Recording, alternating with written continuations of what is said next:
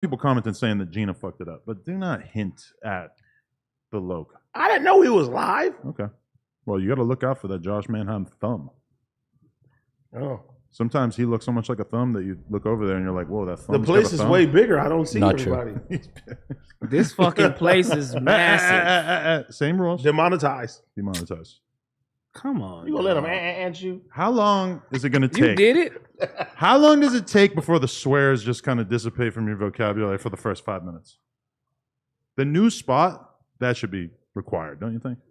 Why did they put all the sound paneling in the other room and none in the room that we're recording in? Yeah, I sound weird, but I'm gonna get used to it. I think we were supposed to be in there. No, that was never the case. It wasn't? But why is the sound paneling in a room that there's no recording going on in? Do we do? And they got a refrigerator. Because you guys wanted to move over here. The room's not done yet. It's almost done. That room was supposed to be this room? No. This room is not. Oh, this room doesn't have the foam yet. Yeah. I just realized Josh went and gave himself a mic. He needed though. Less Josh slander. Hey, so do y'all feel weird right now? Because right now it feels weird as fuck. I feel like I'm at a job interview. Again, that's cursed. Totally. I feel pretty normal besides the AC not being on, so I could kind of feel myself gathering up a little lather on my skin right now. I see your stupid ass knees now. It's weird. You don't like short shorts? I don't like your legs, and they're close to me. No, I got the worst. No, that's not cool. I got the worst knees in the game. Like, you see how spiky and like gross? I cracked my knee open, and one day it like fused together. And from BMX riding? Yeah, and it looks horrible. Your body is funny. It's like you fat and skinny at the same time. I'm the same way. That's my twin. Yeah, no, you're just fat. No, can I talk to you guys about the body? I'll touch you. Okay, just because you're sitting on the same couch. I can't touch him during pods now, so it's I go like this.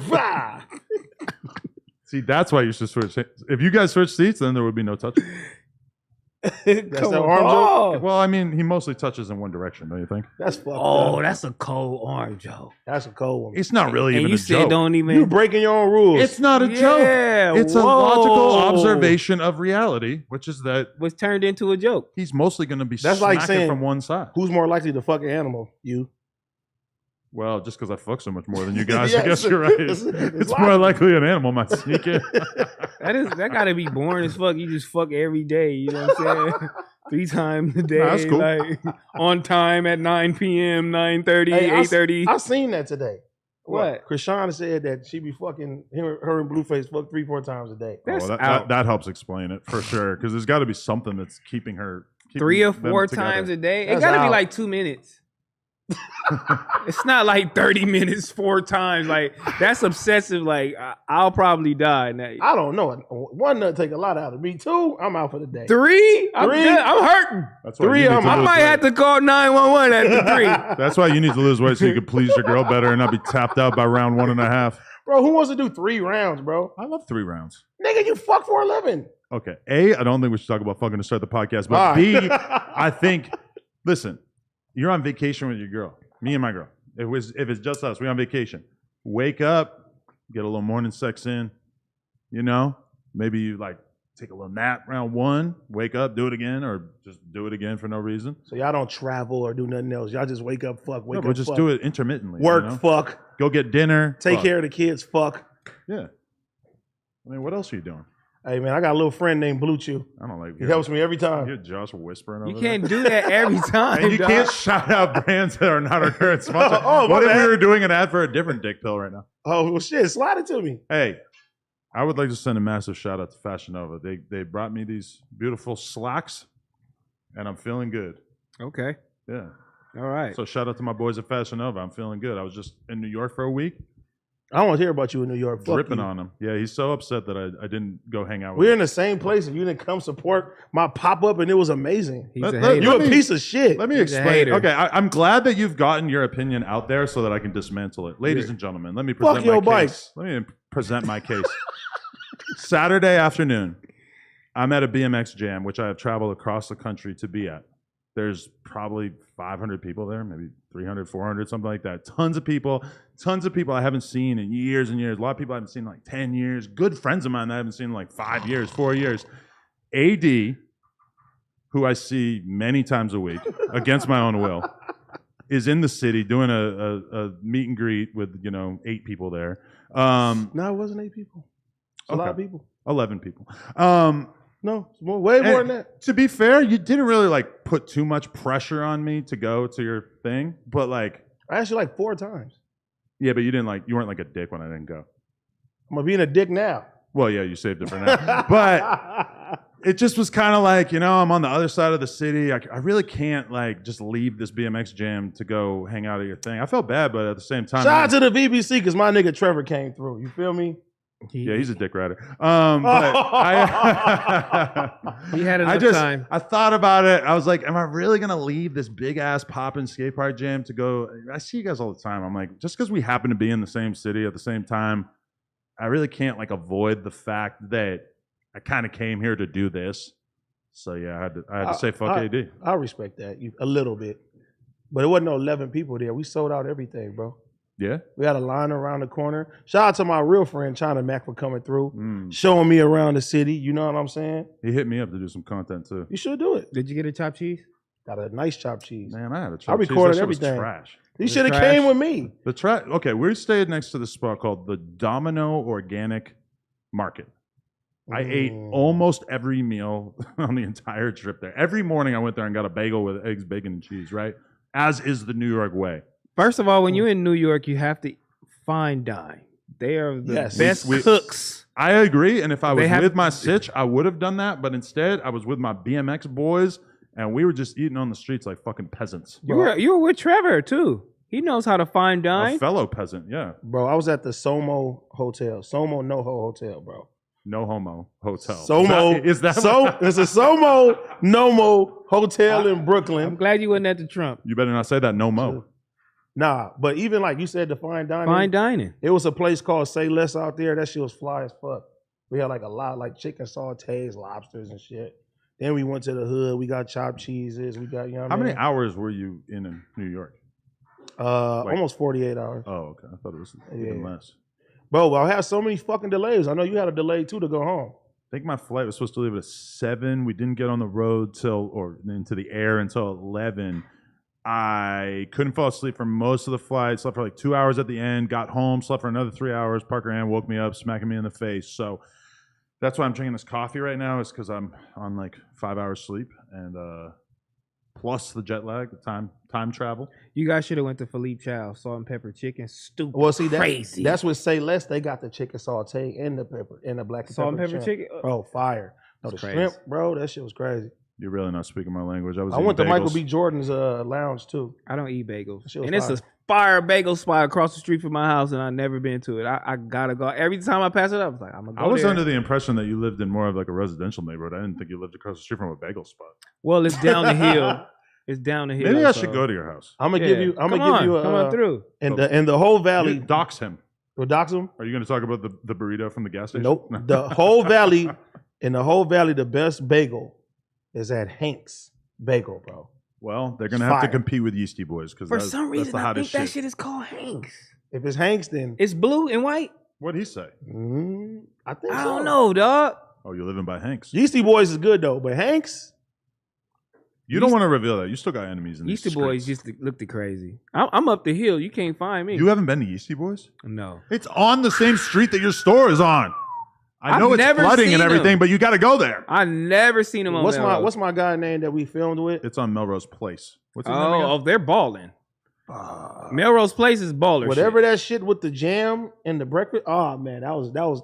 That dude's a legend because he put me on to the jam. He put me on to the hash browns and every single bagel. But man, let me tell you, average day in New York, wake up, 9, eat a bagel, egg and cheese with bacon by 10.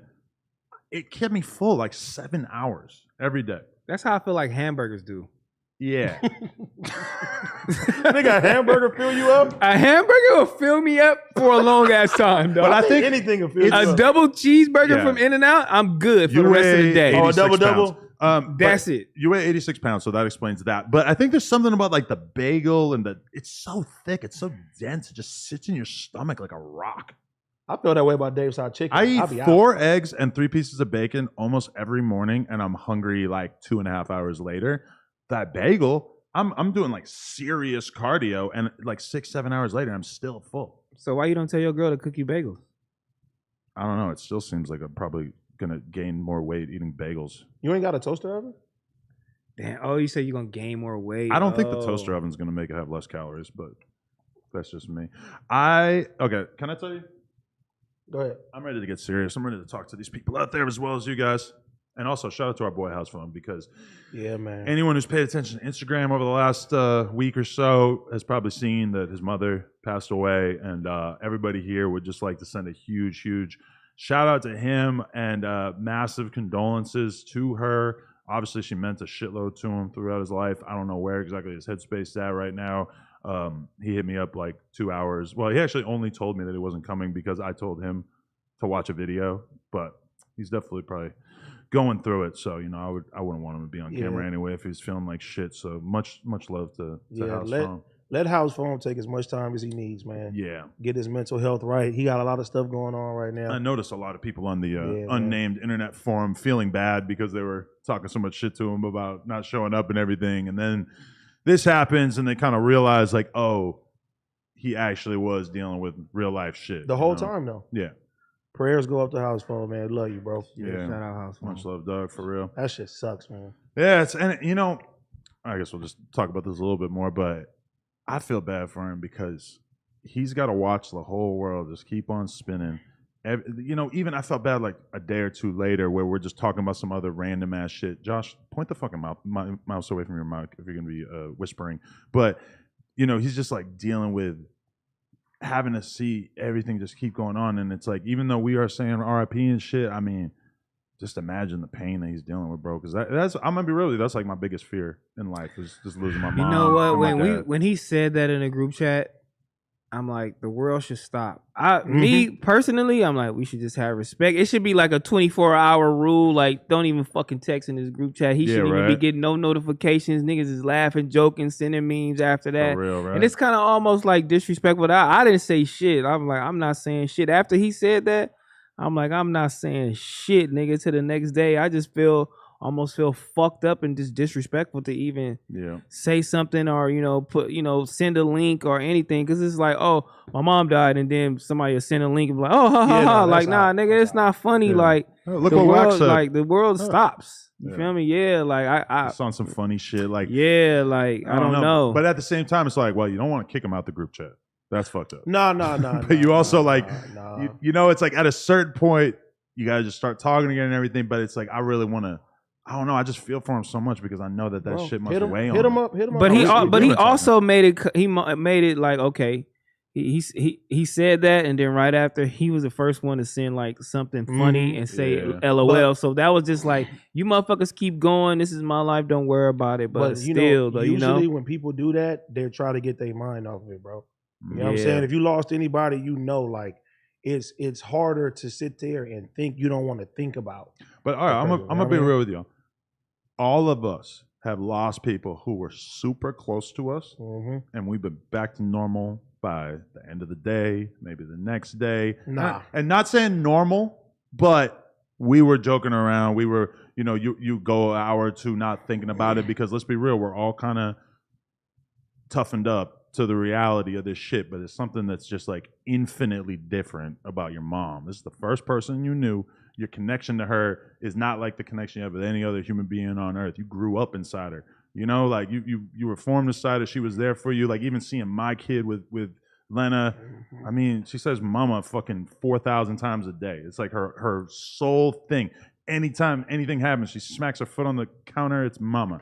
She wants to see her mom. And so like, I mean, I guess that's, the explanation for why I'm so terrified of it and why it's rocking his world so bad is just having to deal with this much shit. When I lost my grandma, I was fucked up for like at least 3 to 4 years. Like, really? I was like dark place, bro. How old were you? 2015. So that was, shit, nigga, what was that? I was 25, 26. I'm gonna be real with you. Yeah. I lost both my grandmas like when I was in junior high, and I loved them. We were close. We spent a lot of time together.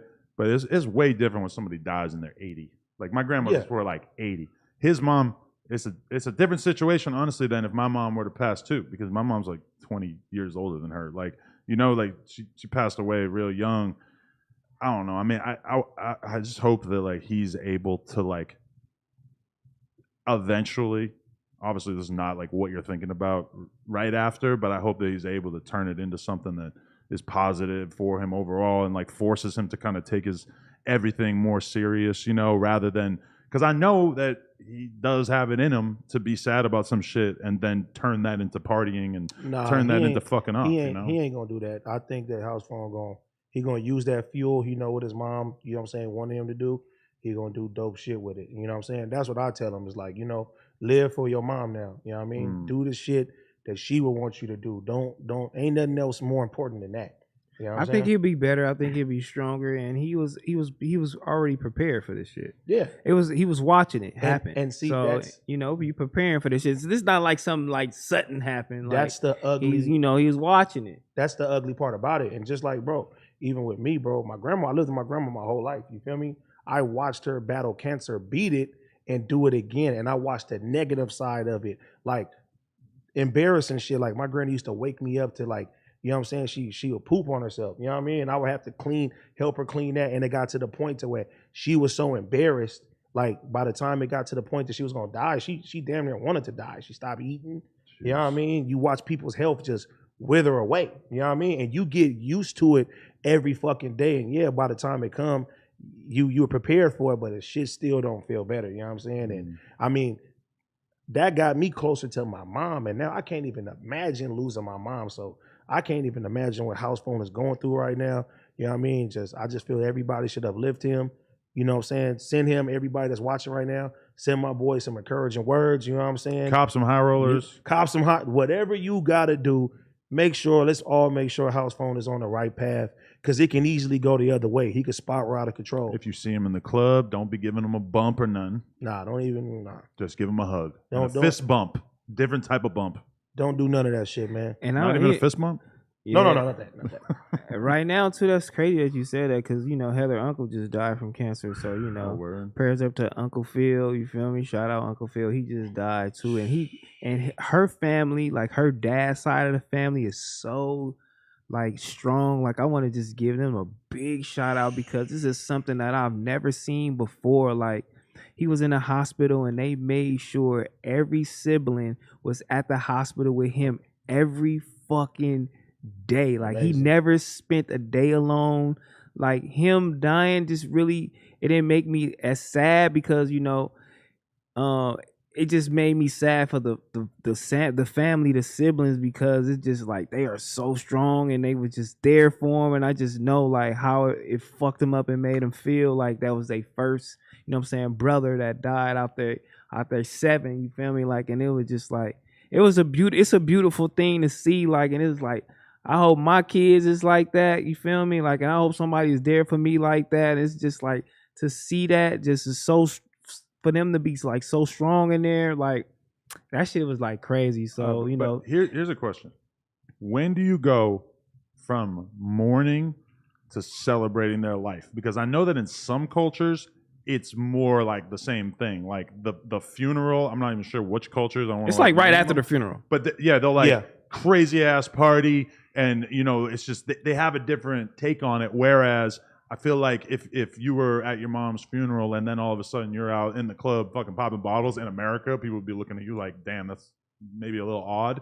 But I know some cultures it's like more easy for them to just sort of celebrate the person's life. But that is the question, is when does the sadness turn into, I don't know, like you celebrating their life and you realizing that this was inevitable. You always knew this was going to happen. Everybody dies. This is just the cycle of life. I think it depends on the situation. Yeah, because I just left the funeral. You know what I'm saying? R.I.P. Miss Williams. She lived to see 100. You know what I mean? So we wasn't at her funeral like sad. We were sad, of course, that we lost her, but we was like, you did that. Made it. You made it in life. Yeah. Like, you know what I'm saying? Everybody strives to make it to 100 years old. You know what I mean? It's a celebration, but because when my uncle passed like a couple weeks ago, and it was like, I mean, he was in his 80s and he had Parkinson's for a couple years before he passed. So it's like it was the least sad funeral and the most like, we love this guy, we're sad to see him go, but we're all, you know, celebrating him. It was that vibe so much. It was not really that much of a sad vibe. And yes, people are cracking tears and everything like that, but at the same time, I mean, we got to see a version of him that nobody liked to see for a couple of years. This is one of the smartest guys I ever met in my whole life. And we got to see him reduced down to basically like a baby by the time he passed. That's what I hate about cancer, bro. You know what I'm saying? You really watch somebody's body destroy them from the inside. You know what I'm saying? And I mean, God forbid I ever get it. I hope I'll never get it, but you know, that's a lot to deal with on the regular too, and to see that and you know what I mean? Just to prepare for that. And I know like the whole time, this maybe like around Rolling Loud, house phone, and you know, he was caring for his mom, and you know, he was doing it himself. Yeah. He didn't have no help. So a lot of times he's late and he's doing certain shit, and we, you know, everybody is like, oh, house phone is irresponsible. It's like, nah, nigga, he don't have nobody to take care of his mom. And he was doing that shit by himself. And, you know, it just sucks because that was like, you know, one of his lifelines. You know what I mean? Like, it's messed up. And I think, honestly, house phone's mom passing for him is kind of like a bigger deal than it would be for a lot of us. Not just because she was younger, but also because, think about it, like, he's been living with his mom, like, to take care of her and being around her and everything like that. But, like, he probably hasn't had to do a lot of the things that you have to learn to do when you live on your own, you know? Like, I'm not saying that he, like, doesn't know how to pay the utilities and shit, because for all I know, he probably was doing that. But it's definitely going to be, like, a lot of shit on his plate that he's probably hasn't had to really deal with as much in the past. You know? He gonna have that battery behind. Yeah, and every death is different. Because when my homie died, I turned into an atheist. I turned into the devil right after I left that. Oh, it was right temporary. after I left that funeral when they buried him. I turned into a whole nother motherfucker. Okay. I was fearless. I didn't give a fuck, and I was ready to die too. How'd he pass? He died in a car crash. Oh. He was one of the people that you feel like he shouldn't have died. And I was like, damn, God. And I'm like, why would you take him? I've been to that. You know, yeah, and so I was like, random. And he on my hand now. This is my first tattoo, my first everything. I'm telling you, like, when I seen the casket go, and I said, oh, God, you know what? Ain't no God. I'm finna go crazy. And I went crazy for about 3 or 4 years. This is what Pun was talking about. He talking about, we was running the streets. Yeah, I was really not giving a fuck. You were shooting for Pun? Man, it was going Don't crazy. say that. You're not supposed to. He goes, man. Look, it was going crazy. Like, bruh, I was doing some wild shit, you know, and then, you know, some shit calmed me down. But, you know, for about 3 or 4 years, I was on that path of destruction. And that's kind of like I tell Duno, because I understand when Duno talks about, like, he won't leave his mom, I felt the same way. I told myself, I was like, I will not leave my grandma. I will leave Compton when my grandma leaves Compton. Like, I didn't have no ambition to move out of the hood until my grandma passed away. I was like, there's nothing else left for me here. Because for me, when I was young, when I was 18, like, I was desperate to get out the house because I didn't want to, my parents were holding me back, and I want to kick it with girls and stay all fucking night. My parents are just basically getting in the way of that. But when I think about it now, like, if you really do have, like, with Duno, I assume it's like this. He has a good relationship with his parents. They give him the freedom. Why the fuck would you move out? Like, even if you're doing well like him, obviously you can afford a nice apartment and shit. Like, bro, hold on to that time that you have with your parents. America is one of the very few countries where somebody turns 18 and the parents are like, all right, get the fuck out. Go take on debt. Go fucking do whatever. I mean, when I've been in, I remember going to Mexico and I'm kicking it with some girls and they're like, nah, like, we still live at home with our parents. They're like mid-20s. And they're like, we're not moving out. They were like disgusted by the idea of it. And in Mexico, it's really like that. Like, you don't really leave the house until you get married, which, I mean, I think that's a good norm, right? Like, I mean, why wouldn't you want to spend more time around your parents unless you really don't get along? Man, I mean, if your grown ass is helping me. Yeah.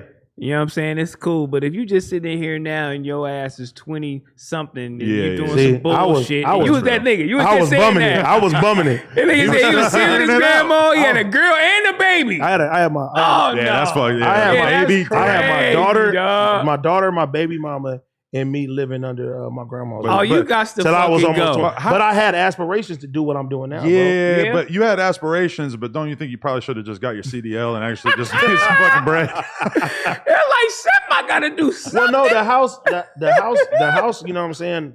By that time, the house was paid off. You know what I mean? Yeah, don't be counting her pockets. No, I'm just saying. Don't count her pockets. You should have got a forklift. Yeah, so if Uncle and them came over, you like, nigga, this shit paid off. Nigga, I ain't gotta pay no rent. If I was your grandma, I'll be like, AD, I know you like rapping. I know it's crip, but go get a goddamn forklift and make some money. No, my grandma believed in me, and that's another reason why we were so close. She like, you gonna make it. Oh, everybody else was like, you need to go get a regular job. Bro, I was 25 years old, nigga, bumming it, bro. That's old. I ain't gonna lie. That's old. But that's why now I let my little brother live with me. And my family be on him like, oh, he 22, he ain't doing it. I'd be like, give him time. You got to 25 now. But real question. He got another year. He got to get the fuck out. Bro, because I understand. I didn't, to the naked eye, to my family, I wasn't making no money, so they didn't know what the fuck I was doing. I got a question. Are there people in your life, or not in your life, but that you observe in the world who you see them and they're trying to do creative shit? They're trying to make a clothing line, they're trying to be a rapper, they're trying to be a YouTuber, whatever the fuck. And it's like, they just seem so adverse to just getting a fucking job. And there's part of me that wants to be like, bruh, you could do the YouTube shit and still put in 40 hours a week at fucking Men's Warehouse. Like it's just at a certain point, like maybe a job is not so bad. Like man, I got a nigga in my life right now, and I don't even want to say his name because I know he's gonna look at this shit. This nigga will not get a job, dog. I'm too big for a motherfucking job, nigga. Nigga, I ain't finna work no 8 hours for no nigga in a blah blah blah blah. But you have no money. You have nothing. Go get a job. What's wrong with it? See, I wasn't against getting a job. I had caught a case, so for a whole year I couldn't get a job. You know what I'm saying? I had 2 felonies pending. So I wanted to work and have some money to take care of my kid. I'm like, I gotta, you know what I'm saying? I gotta sit there and be an example for my daughter. Times is different. Times is way different. Yeah, Uber right. Eats. Oh yeah, it wasn't none of that. Yeah, it ain't none of that. Look, Amazon, you can do it up. I know, because I think about that sometimes. Like, if Uber had existed when I was 18, I'm pretty sure I would have just like started driving Uber. I would have a car Postmates, service. Nigga, if OnlyFans was existing, you would have been doing that back then. Listen, if I could drive around in my fucking car and listen to podcasts or whatever the fuck and be able to make like a couple $100 in a day or whatever, because I hated working in the fucking supermarket. I hated every fucking job I had basically because I'm not a people person. I don't like having to be nice to people. You guys know that. You're my friends. I'm still not nice to you. You worked in the supermarket? Hell yeah. I did. I would have threw a watermelon at you. Just bagging. I was a cashier. I was bagging. They wouldn't let me do that. I was bagging and I was pushing carts. I was a cashier, homie, at the most ghetto superior ever, nigga, on Florence and Compton Ave. You for sure was stealing. Big stealing.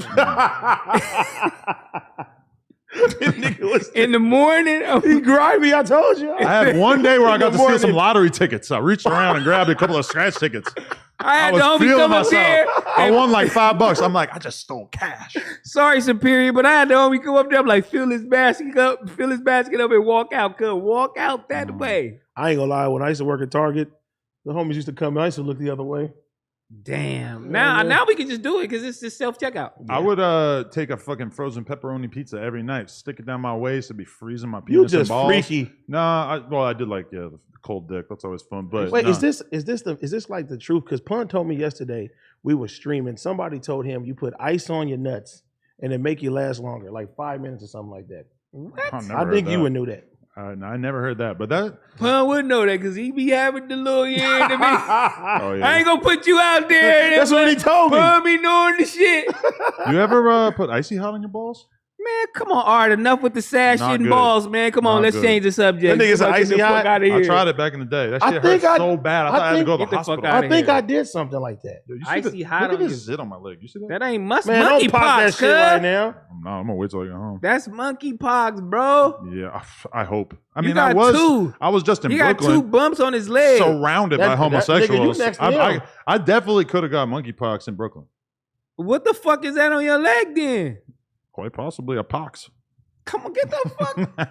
Come on, bro. You nasty, dog. Yeah, put down the fucking shorts. Nasty ass fucking. You got to get tested. Look, I got something I got to tell you. Enough about monkeypox. No. Are you looking for beats from hit-making producers? Well, there's a new player in town. Beatopia is the first subscription of its kind for rappers and singers. It's basically like Netflix for beats. While all the other beat platforms charge you anywhere from $20 to $40 for just the MP3 and a limited number of streams, Beatopia, spelled Beatopia, OPIA offers you 5 downloads for just $15 per month.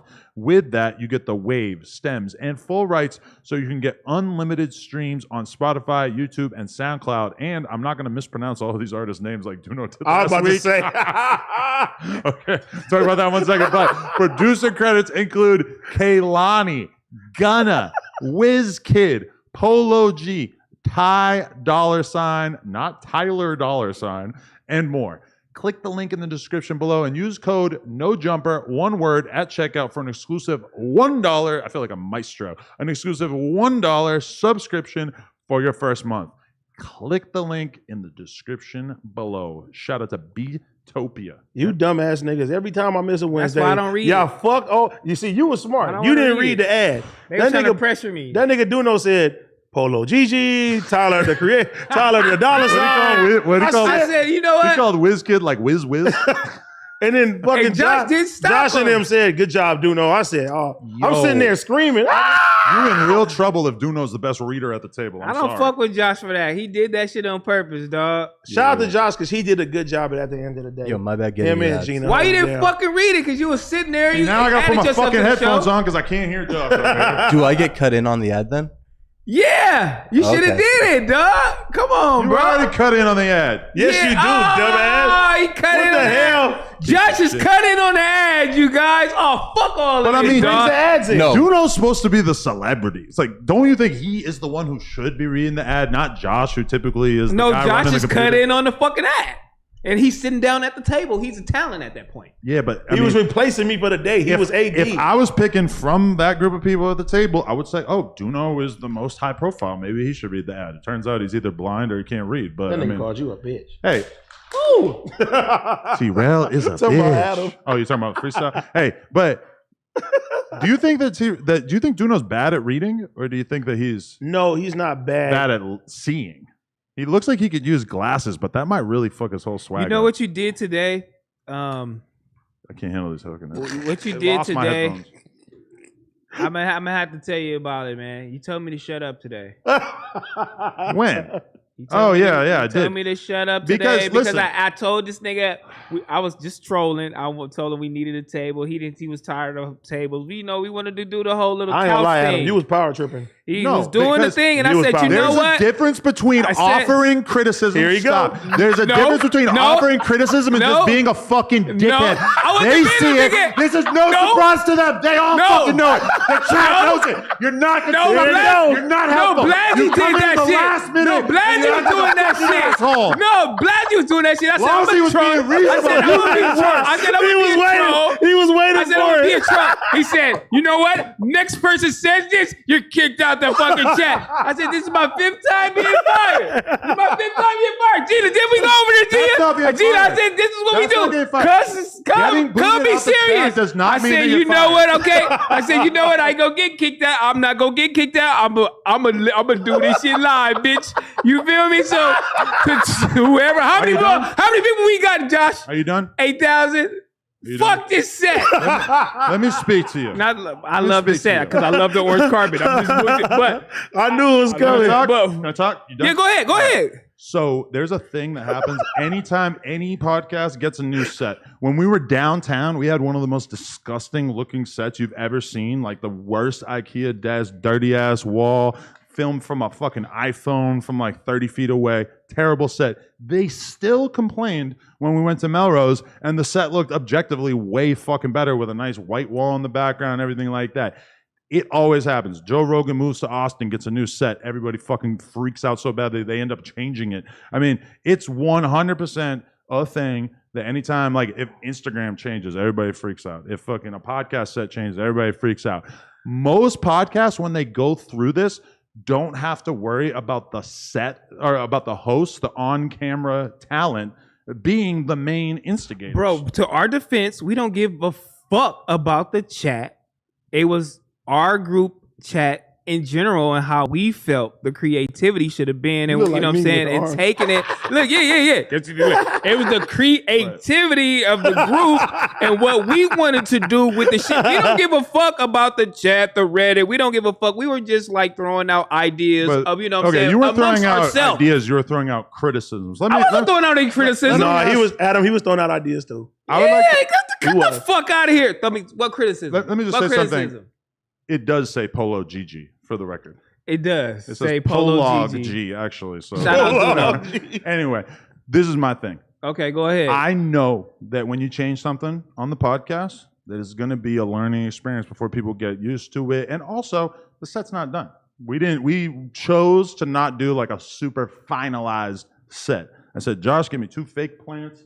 Put a little tiny bookshelf over there, throw a rug down, and then everybody can kind of work from there to customize their set. My issue is the whole team's been here grinding away. It was not an easy task to put this shit together. I spent $5 million fucking on this building. Obviously, I put a down payment. I didn't spend the whole $5 million, just in case anybody wants to point that out in the chat. But we spent, I think, what, Josh, $300,000 renovating this fucking space. And I fucking get it, but they worked hard. They worked hard. No, it was much more than that. It was way more than that. That was the initial budget. He didn't even tell me. The fact that they haven't seen almost any of what the actual set looks like, but there's something very unbecoming, and it's a very T-Rail thing. We've obviously noticed this happen a lot of times. No, don't blame that shit on a bunch of people will work really hard on something, put something together, put all their time, energy into it, and then T-Rail will just show up and just hate. It's the easiest thing in the world. It's the least constructive thing in the world. And I just wanted to let you know. Okay, you finished. I'm gonna let Josh. I told you that I didn't want to hear your fucking opinion about the set.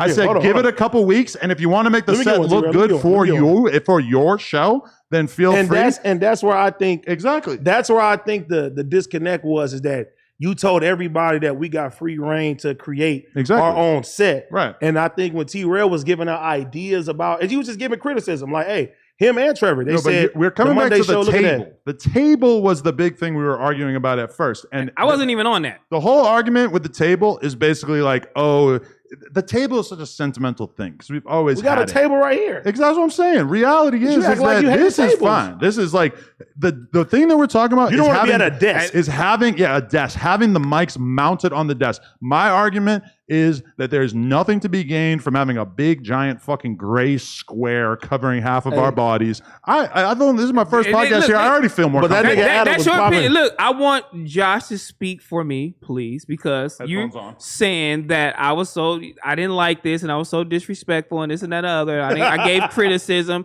so I'm probably the most positive motherfucker in here. So, but I want Josh. Trevor was worse. Trevor was worse. I saw Trevor had one beer at the airport and he was worse. He's still talking. Can Josh, can you Josh, get the mic? Answer his bitch ass question. Damn. You were very supportive when you came in. Bye. Should I leave? But I missed the entire conversation. Yeah. Should I leave? This is all new. He said I was negative and I was criticizing. But I was the one. I was the one that was helping you. I'm obviously not talking about the fact that you were nice once you came here. Who had the most positive? You were a dick in the group chat. Who had the most positive input about this shit in the set? Who was giving you input out of all the people? You were. Before. I'm leaving. Wait. Today? Should I leave? Today? No, I'm just period. Prior. Period. Hey, also, everybody stop screaming. This is a bad precedent. I can say this. Period. At least at the end of the day, since day one, T-Rail has been sitting there throwing out ideas on how we should make this shit happen. Can you take up for me, Josh, please? No. He knows you're lying. Can we start from the live show too? Matter of fact, you're never gonna hear him if you don't have the headphones. This shit. You know what? Let's backdate it to the live show, please, Josh. Please. Right. Okay. You did say something about the live show. Can you? Thank you. Can you get on the mic, please, and take up for me? He is on the mic. He's sitting in a chair. So with a yes, mic. Out of all of the hosts, you were the most helpful with giving input with the live show, which was very helpful for me. What the fuck did he do? Bro, he's always trying to help when it comes down. This is the first time I heard anything. Because your ass don't deal with the shit. Sit in the car and listen to Polo That being GG. said, it was like 3 ideas. I was like 3, But it's still significantly more than all the other hosts. Yeah, I ain't do shit. You Those might 3 look, ideas we used though, you right? might look good in We used one of comparison them, to the yeah. extreme laziness of everybody else who has no creative input. Ain't no extreme laziness. Wow. I'm saying, like, This is crazy, huh? Is anyone in the chat crazy. surprised that Oh my Duno and House God. Phone and AD did nothing for the live show leading up to it? Oh, Nobody Lord. said. What? We all know that you guys weren't going to fucking be the ones like What? changing that shit. As a successful rapper, Well, you're as throwing a your hands up. successful Did you? talent, Did you have any input into the live show? We talking What? about my team is the one who put the whole shit together. What? Yes, nigga. What are you talking Y'all about? use our booking agent. What are you talking about? That, so you're taking credit for a booking agent that you introduced us to? Pun behind the scenes was making sure this whole shit went through the right way, and the other shows that we got going. Josh, through. fact And check. This Fact is check. the truth. With Debunk Josh. him. Debunk him. You can't debunk me. This is the truth. Pun introduced me to the one dude, but that was as far as I understood Pun's But only every- involvement so you're alive. with No, any of the no. live So shows. behind the scenes, at the end of the day, shit, all the shit that we've been doing, who been doing the shit? Me, Pun, and T-Rail. That's not what we're talking about. We're talking about the live show. That's the live show.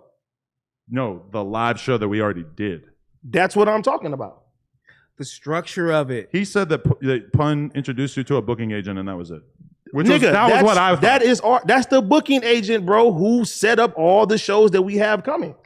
Who That came So for very big artists. you both that came stop. through Pun. You and you both want to take credit That came for through something. Pun. This is the most insane thing to take credit for ever. Yeah. What the is it? the Yeah. booking agent got paid Yeah. a percentage because he booked it. Pun maybe No, could get some no, shout. no, listen, Pun could get some shout out because he Fuck all that introduced shout it. shit because I'm gonna keep it G right And now. then you want to take credit for that? No, that is insane. No. That is the human centipede would of not. credit. The shows would not be going on correctly if Pun didn't stay on the shit because the booking agent will tell you he was trying to set shit up and niggas was not answering his emails and doing shit. Who? I ain't saying nothing. I'm just telling you that Pun behind the scenes was making sure all this shit went smoothly. And you want to take credit for that? I'm not saying that. But that is exactly what we were just talking You about. just called us lazy. We got people working behind the So scenes. your doing stuff. defense of being lazy is to say that a guy that you work with introduced Josh I to do more- another guy that has nothing. I do more shows here than you, and you call me lazy. This is probably Whoa. the most extreme exaggeration that I've ever seen in my life. from you. exaggeration. I probably film more than you do. Your take, that is absolutely not true. How? I Other mean, than interviews, shows, yes, interviews, like the vast majority of the content that comes out on this platform. cap. You do 2 pieces of content per Nigga, week. you don't even do the news no more, bro. Yeah, because I don't want to do it. And I did it the other day and it got way more views, so I'm thinking maybe I got to keep doing it. Yeah, me and you fucking do it. No, me and Flacco.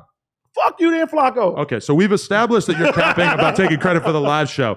I didn't take credit for a live show. I said us behind the scenes have been doing stuff. Me, T-Rail, Pun, we talk about all this shit in a whole, bro. Like all the time. We working on shit. Even right now, we're sitting there, how can we make at the end of the day set this way? How can we do this way, this way, this way? And that's we good. talk to Josh. But you don't have nothing to do with The that thing shit. that we were talking about, You too which busy trying to kick niggas out the group chat. you have decided to completely ignore what we were actually talking about, which was the idea that nobody really did any kind of creative counseling or anything He for just the said live show. T-Rail did. First of all, Yes, he let's sent just, 3 let's- texts. You know what? Not you. Let's just acknowledge the fact that you're not fully into what we're doing Exactly. here as talent. You know what I'm saying, and communicating with Josh and everybody in here. You're not. What are you saying that I'm Andrew? not doing?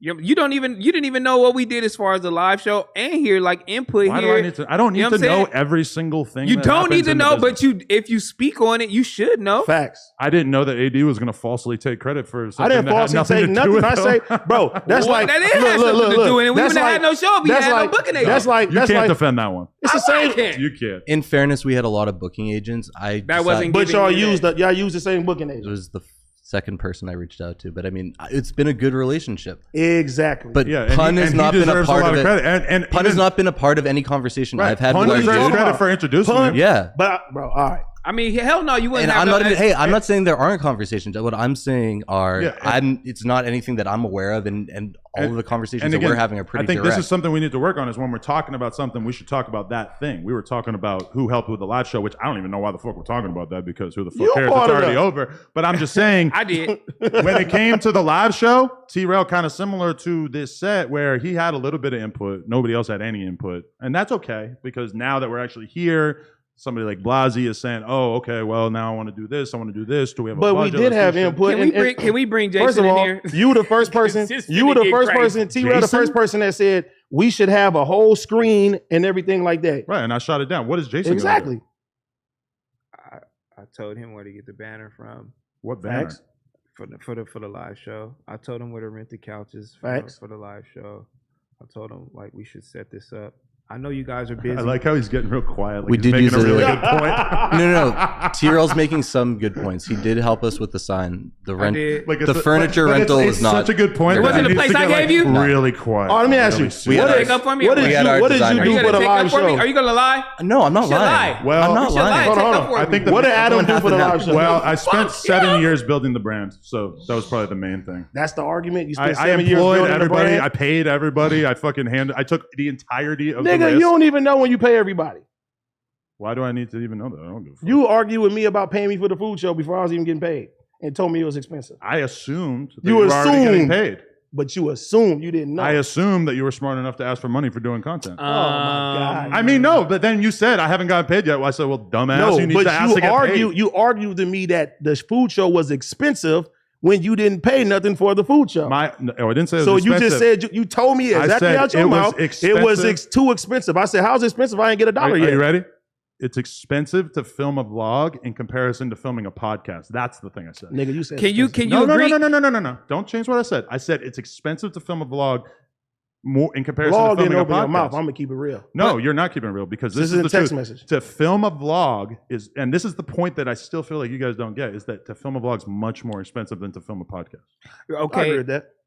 Okay, so you did build this brand for 7 years, but can you agree that we gave this brand like some credibility, like as far Facts. as like No, the street I give you guys element all of the credit for it? Okay, bringing that's the all we content need to to know. another level. You know what I'm Yeah, saying? for Yeah, sure. go on. Yeah, that don't mean that we It's, on the same see, and level. that's the thing. It's all teamwork, bro. This is We true. all play a part. And I you think- know a lot of shit I do I behind the think- scenes that I don't even talk about. I think I do the least comparing, which sometimes I see you guys in the group chat and you're like almost like rating like who's the number one like most valuable I don't person. do that. Who in- told you that? I've Who seen told that? you Who said guys that? and other Who? people in the chat Who? doing it, and You I'm just lie like, like a why motherfucker. are you I doing never this? said Like, Who said that? this only seeks to divide us when we start saying, Fuck oh, no, we this don't do person that. is the best. we don't do that. You guys did this like I do a that. few I do days that. I ago. do that a lot. But I'm I not say gonna- Sharp is the best. I'm not going I to say state Sharp who is was the number talking one about nigga it. here. I'm bigging him up. That's exactly what I'm talking about. I love him. But I know, and I love Sharp too. But we supposed to big up the people You bringing in supposed the to big big 'em up. ass numbers. Okay, but you're literally just admitted to doing the thing that you were just denying, which is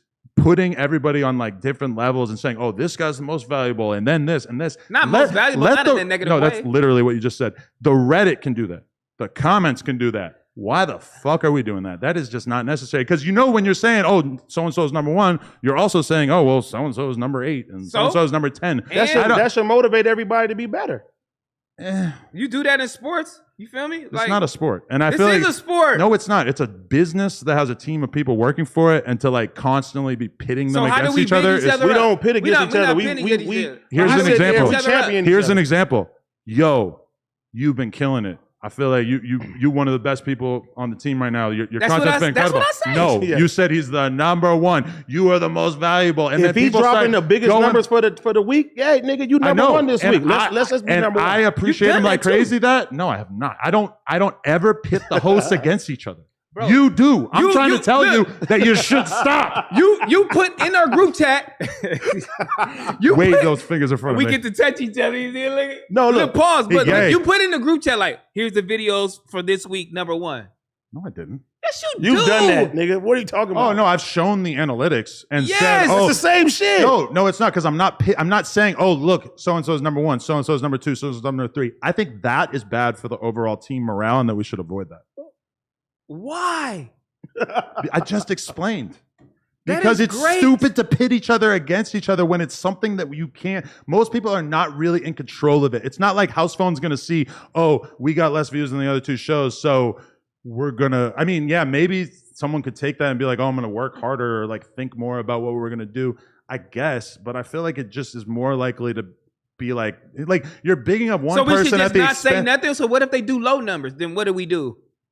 Well, that could be Bro, a practical it's conversation. about- I just don't think that ranking the host you can deny to whatever extent you've done it, even though I could obviously just pull it up from like 3 days ago. But I think putting all the hosts against each other is overall probably bad for the team. It's competitive. That's just like right now. If we see the Monday show, hey, they did 12,000 today. Oh shit, we gotta go. You know what I'm saying? We see niggas creeping. Oh yeah, we gotta go harder. That's what we talk about.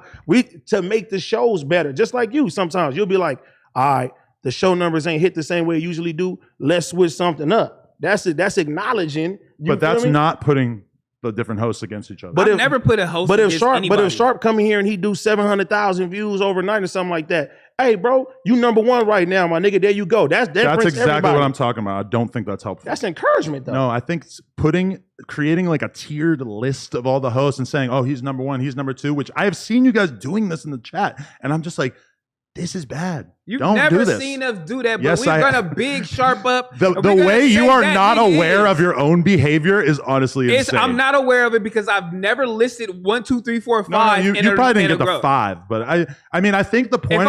Can you admit I have a point? That it's probably bad to pit the hosts against each other. But equally, we big up everybody. Duno do a dope interview. We like, Duno, you killed that interview today. You feel me? Adam, that shit what you did with Game, that shit fire, bro. Woo, woo, woo. Hey, Sharp, you killed it today. Hey, T-Rail, that last interview you did, that shit was hard. Like, that's what we do. But now you're giving props to everybody as opposed to just like saying, oh, one person is number one. And even Why can't we get props? Because it's bad to pit the hosts against each other. It's not pitting nobody against each other. You're going to be laying in bed at night, staring at the ceiling, thinking, "Oh, maybe Adam has a point." No, so I'm not. You know I have a point. Okay. We never put we don't pit against nobody against each other. That's cat. We don't do that. You can deny your past behavior, but I mean, no, because we don't do that. Who are you referring to? Mostly him, but you a little bit too.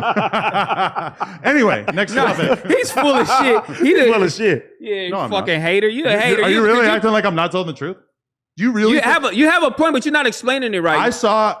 Don't make me explain why you're a hater. I saw a poll recently. I forget. I don't give a fuck about your polls. And it acknowledged that I cap the least of all the hosts, and I was just like, I didn't even send it in the group chat because again, I don't want to fucking pit each other against each other. What does that mean? Bro. They don't even know us as much as they know you. Or I think the question might have even been like, who expresses the most self-awareness? And I got number one, and I was just like, you start a business. God. This business is ran off of what you built. Of course, more people are going to I don't want to hear that. Are you fucking serious? I get the most hate. What are you talking about? You don't. Where are these polls that you How get? you get the most hate? I just acknowledge If you ever look at their Reddit, they don't say shit about you. Because I'm the most self-aware. No, nigga. Fuck out of here. There's less to tell me about myself because they already know. Shut the fuck up, nigga. You got flaws too, nigga. No, it's true. Be quiet. We all got flaws, nigga. I face up to reality more than you guys. No, nigga. No, you don't, bro. Yes, I do.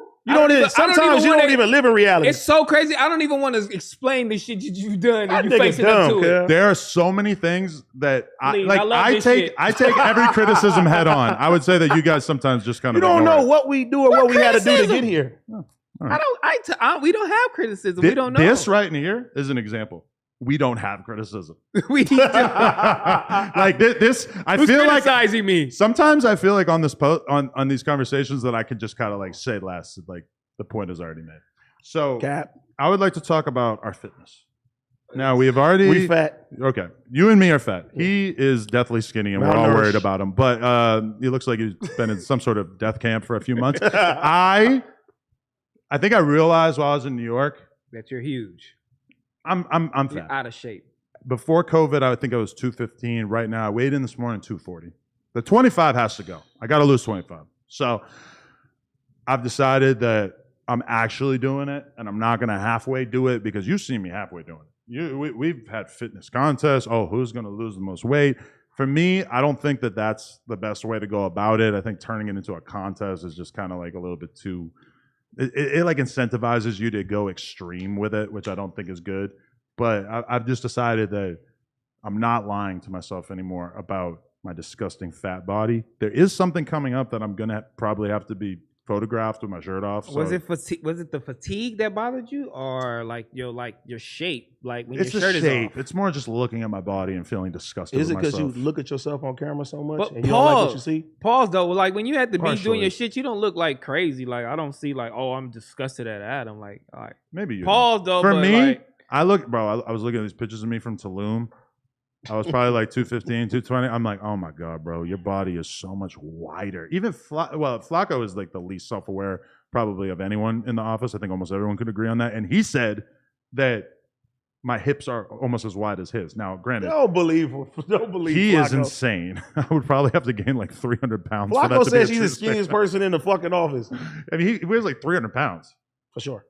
I mean, He has ass as a black man. Pause. yeah. Nah, you're right. That is crazy. He kind of look like He Pinky. is walking around with a big booty. Like, what type of nigga is you? You think of him and Pinky? Pause though. No, pause though. You think him and It's Pinky like, have the same measurements? Him and Pinky look could be there. alike, dog. I'm trying to clap That's Pinky. a heavy pinky. That's a heavy pinky. If anybody out Pause there, hey, though. That he look crazy. I will though. pay y'all. Hey, I will pay you a bounty if you can find Pinky and convince her to do sex with me and Leonard the Plug. Please put me in touch with her. You would do it with Pinky? I need to do that for y'all. I mean, I didn't watch porn, but Pinky was like, I fucked with Pinky so much. I was like, Pinky is that bitch. I love her. Even my girl, and I'm like that. I love her. Pinky lets me know that porn is racist as fuck. 'Cause none of the white people I know even know who the fuck she is, like in the porn world. They I'm like, don't? it's At like- all? And when I got in the game, nobody knew. Riley Reid didn't know who Brian Pumper was. I'm like, dang. What? There must be two sides. Because fucking, but it is true. Like, especially back then. I think it's less like this now. But there's black porn and there's white porn and there's a lot. You used to watch that Ebony? Keep it G. That tan Pinky had was crazy.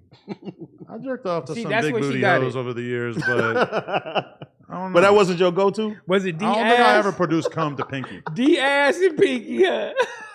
No, what's her name? Cherokee? Cherokee. Her name was D ass. Yeah, and she yeah, had yeah, yeah. D ass on her cheek. Like some nigga made her tattoo. Born whatever. racist as hell, though. Damn. So you racist? No. Oh, okay. I'm trying to. I mean, your sexual I'm trying to be the preferences, you know change what I I mean? want to see in the world. Okay. But you buy that? What? That someone could just have a sexual preference about If who they they want put- to sleep with? I got homeboys that like, I only like to have sex with Asian women. I only like to have sex with Mexican women. I only like to have sex with black women. You think that's cool? I mean, yeah, that's you. But if they come It is out and what it say is. that, they're going to be dragged the same way that fucking Swifty got dragged for saying he wouldn't sign to a black man. I mean, hey, Listen, that's different though. if I said, You don't like to listen, have sex with black women? imagine, and granted, anyone who's watched Play Talk Woo! knows that I got a taste for him. I'm very much a fan of Yeah. having sex with black women. But if I were to sit here and say, nah, I don't like sleeping with black women, oh, Lord, I will be rightfully skewered. Well, they want a reason to tear you up anyway. Also, Pause. you Pause. just being politically Politically. No, Correct. I love black women. Some of the hottest women I have sex with my whole life were black. to be But honest I'm with saying, as a kid, what did you click on when you was watching your porn? Like on the normal? you. No, I'm gonna be real with you. I always played the game on hard mode. I always went to anal. It doesn't What? What? I didn't even watch porn. Like I just watched like the shit on late night on cable. You And know I what I'm don't even saying? really fuck and they my bitch had in like the the ass that bush, much. and it Once was in a blue. crazy. Like it wasn't like no hard. But if I'm gonna crazy watch shit. porn, I want to watch you play the game on hard. Man, Put it in your butt. nobody clicking anal, dog. Are you fucking retarded? Who's of course clicking they. that? I ain't gonna lie, I do a lot of Patreons. Is this guy serious? Most of the women, they Now this is someone who is anal lacking crazy. in self-awareness. Anal is one of the most popular categories, along Yeah, with I agree with incest. Oh, so you go straight to anal. Nah, but I do enough Patreons to know that most of the girls, So- they say anal was like the most lucrative So when you one. click on the shit, what's your shit? Where you go to? Big booty bitches. Hey, but nothing will ever surprise me. Nothing will ever surprise me like when Axe said that he searches Chirac thotties. What? Shit like that. That's what he said. They got shit like that? I mean, I never would have ever thought of it in a million years, but that's what he said one time. Chirac I still Gotti. wonder if he was That kind of nigga kidding, but bullshit. he did say that. He did. He playing. I wonder what Josh go to, but you know that is his sister. I don't know. Hey man, I got. He over there Nah, watching we don't want He to know has what a you. preference. Josh, I don't want to know what you whacking off to. Latina booties. Big Oh booty my Latinas. God. He jerk off to AOC porn. What is that? Alexandria Ocasio-Cortez. I don't even know what that is. I know. Man, shame But, the fuck on you. Hey, can I got something to tell y'all. No, you don't. I know being friends with me is not always easy. You a bitch sometimes, but you know what I mean. Wait till this Joe Budden podcast comes out, because I heard. you gonna have to hold me down, because we was going in. Yeah, I'm so lazy, but I hold motherfuckers down, huh? Who called you lazy? Yeah, I'm just joking. Go back. But I'm just saying. And It's we going had to be a spicy time to be Adam 22. Myself, personally, I'm happy with how the conversation went because I stood on all my shit.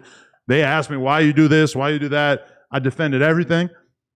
I really feel like at the end of the day, a lot of people who are going to have to be watching it rooting for me are going to be like, the Cam Capones of the world, the Vlads of the world, like all the modern interviewers, the Say Cheeses of the world, all these people who basically do content that is closer to what I'm doing in terms of talking about the streets, talking about the shit people really want to know about. I didn't realize how adverse, and I don't want to give too much away, but I didn't realize how adverse Joe Budden was to asking people about the specifics of their life. He's like, I'll get somebody in here, they got crazy gang beef, I'll just ask them about what's it like being in the studio. I'm like, yeah, that sounds super interesting. One thing that I noticed about like being on this platform, a lot of people, they judge clips more than they judge like full episodes and full things. So like a lot of times when you interview people, one thing I can say about you is that you do stand on, you know what I'm saying? So like I don't think that you went to like Joe Budden and you was like cowering away or anything like that. You stand on, and a lot of people, they don't understand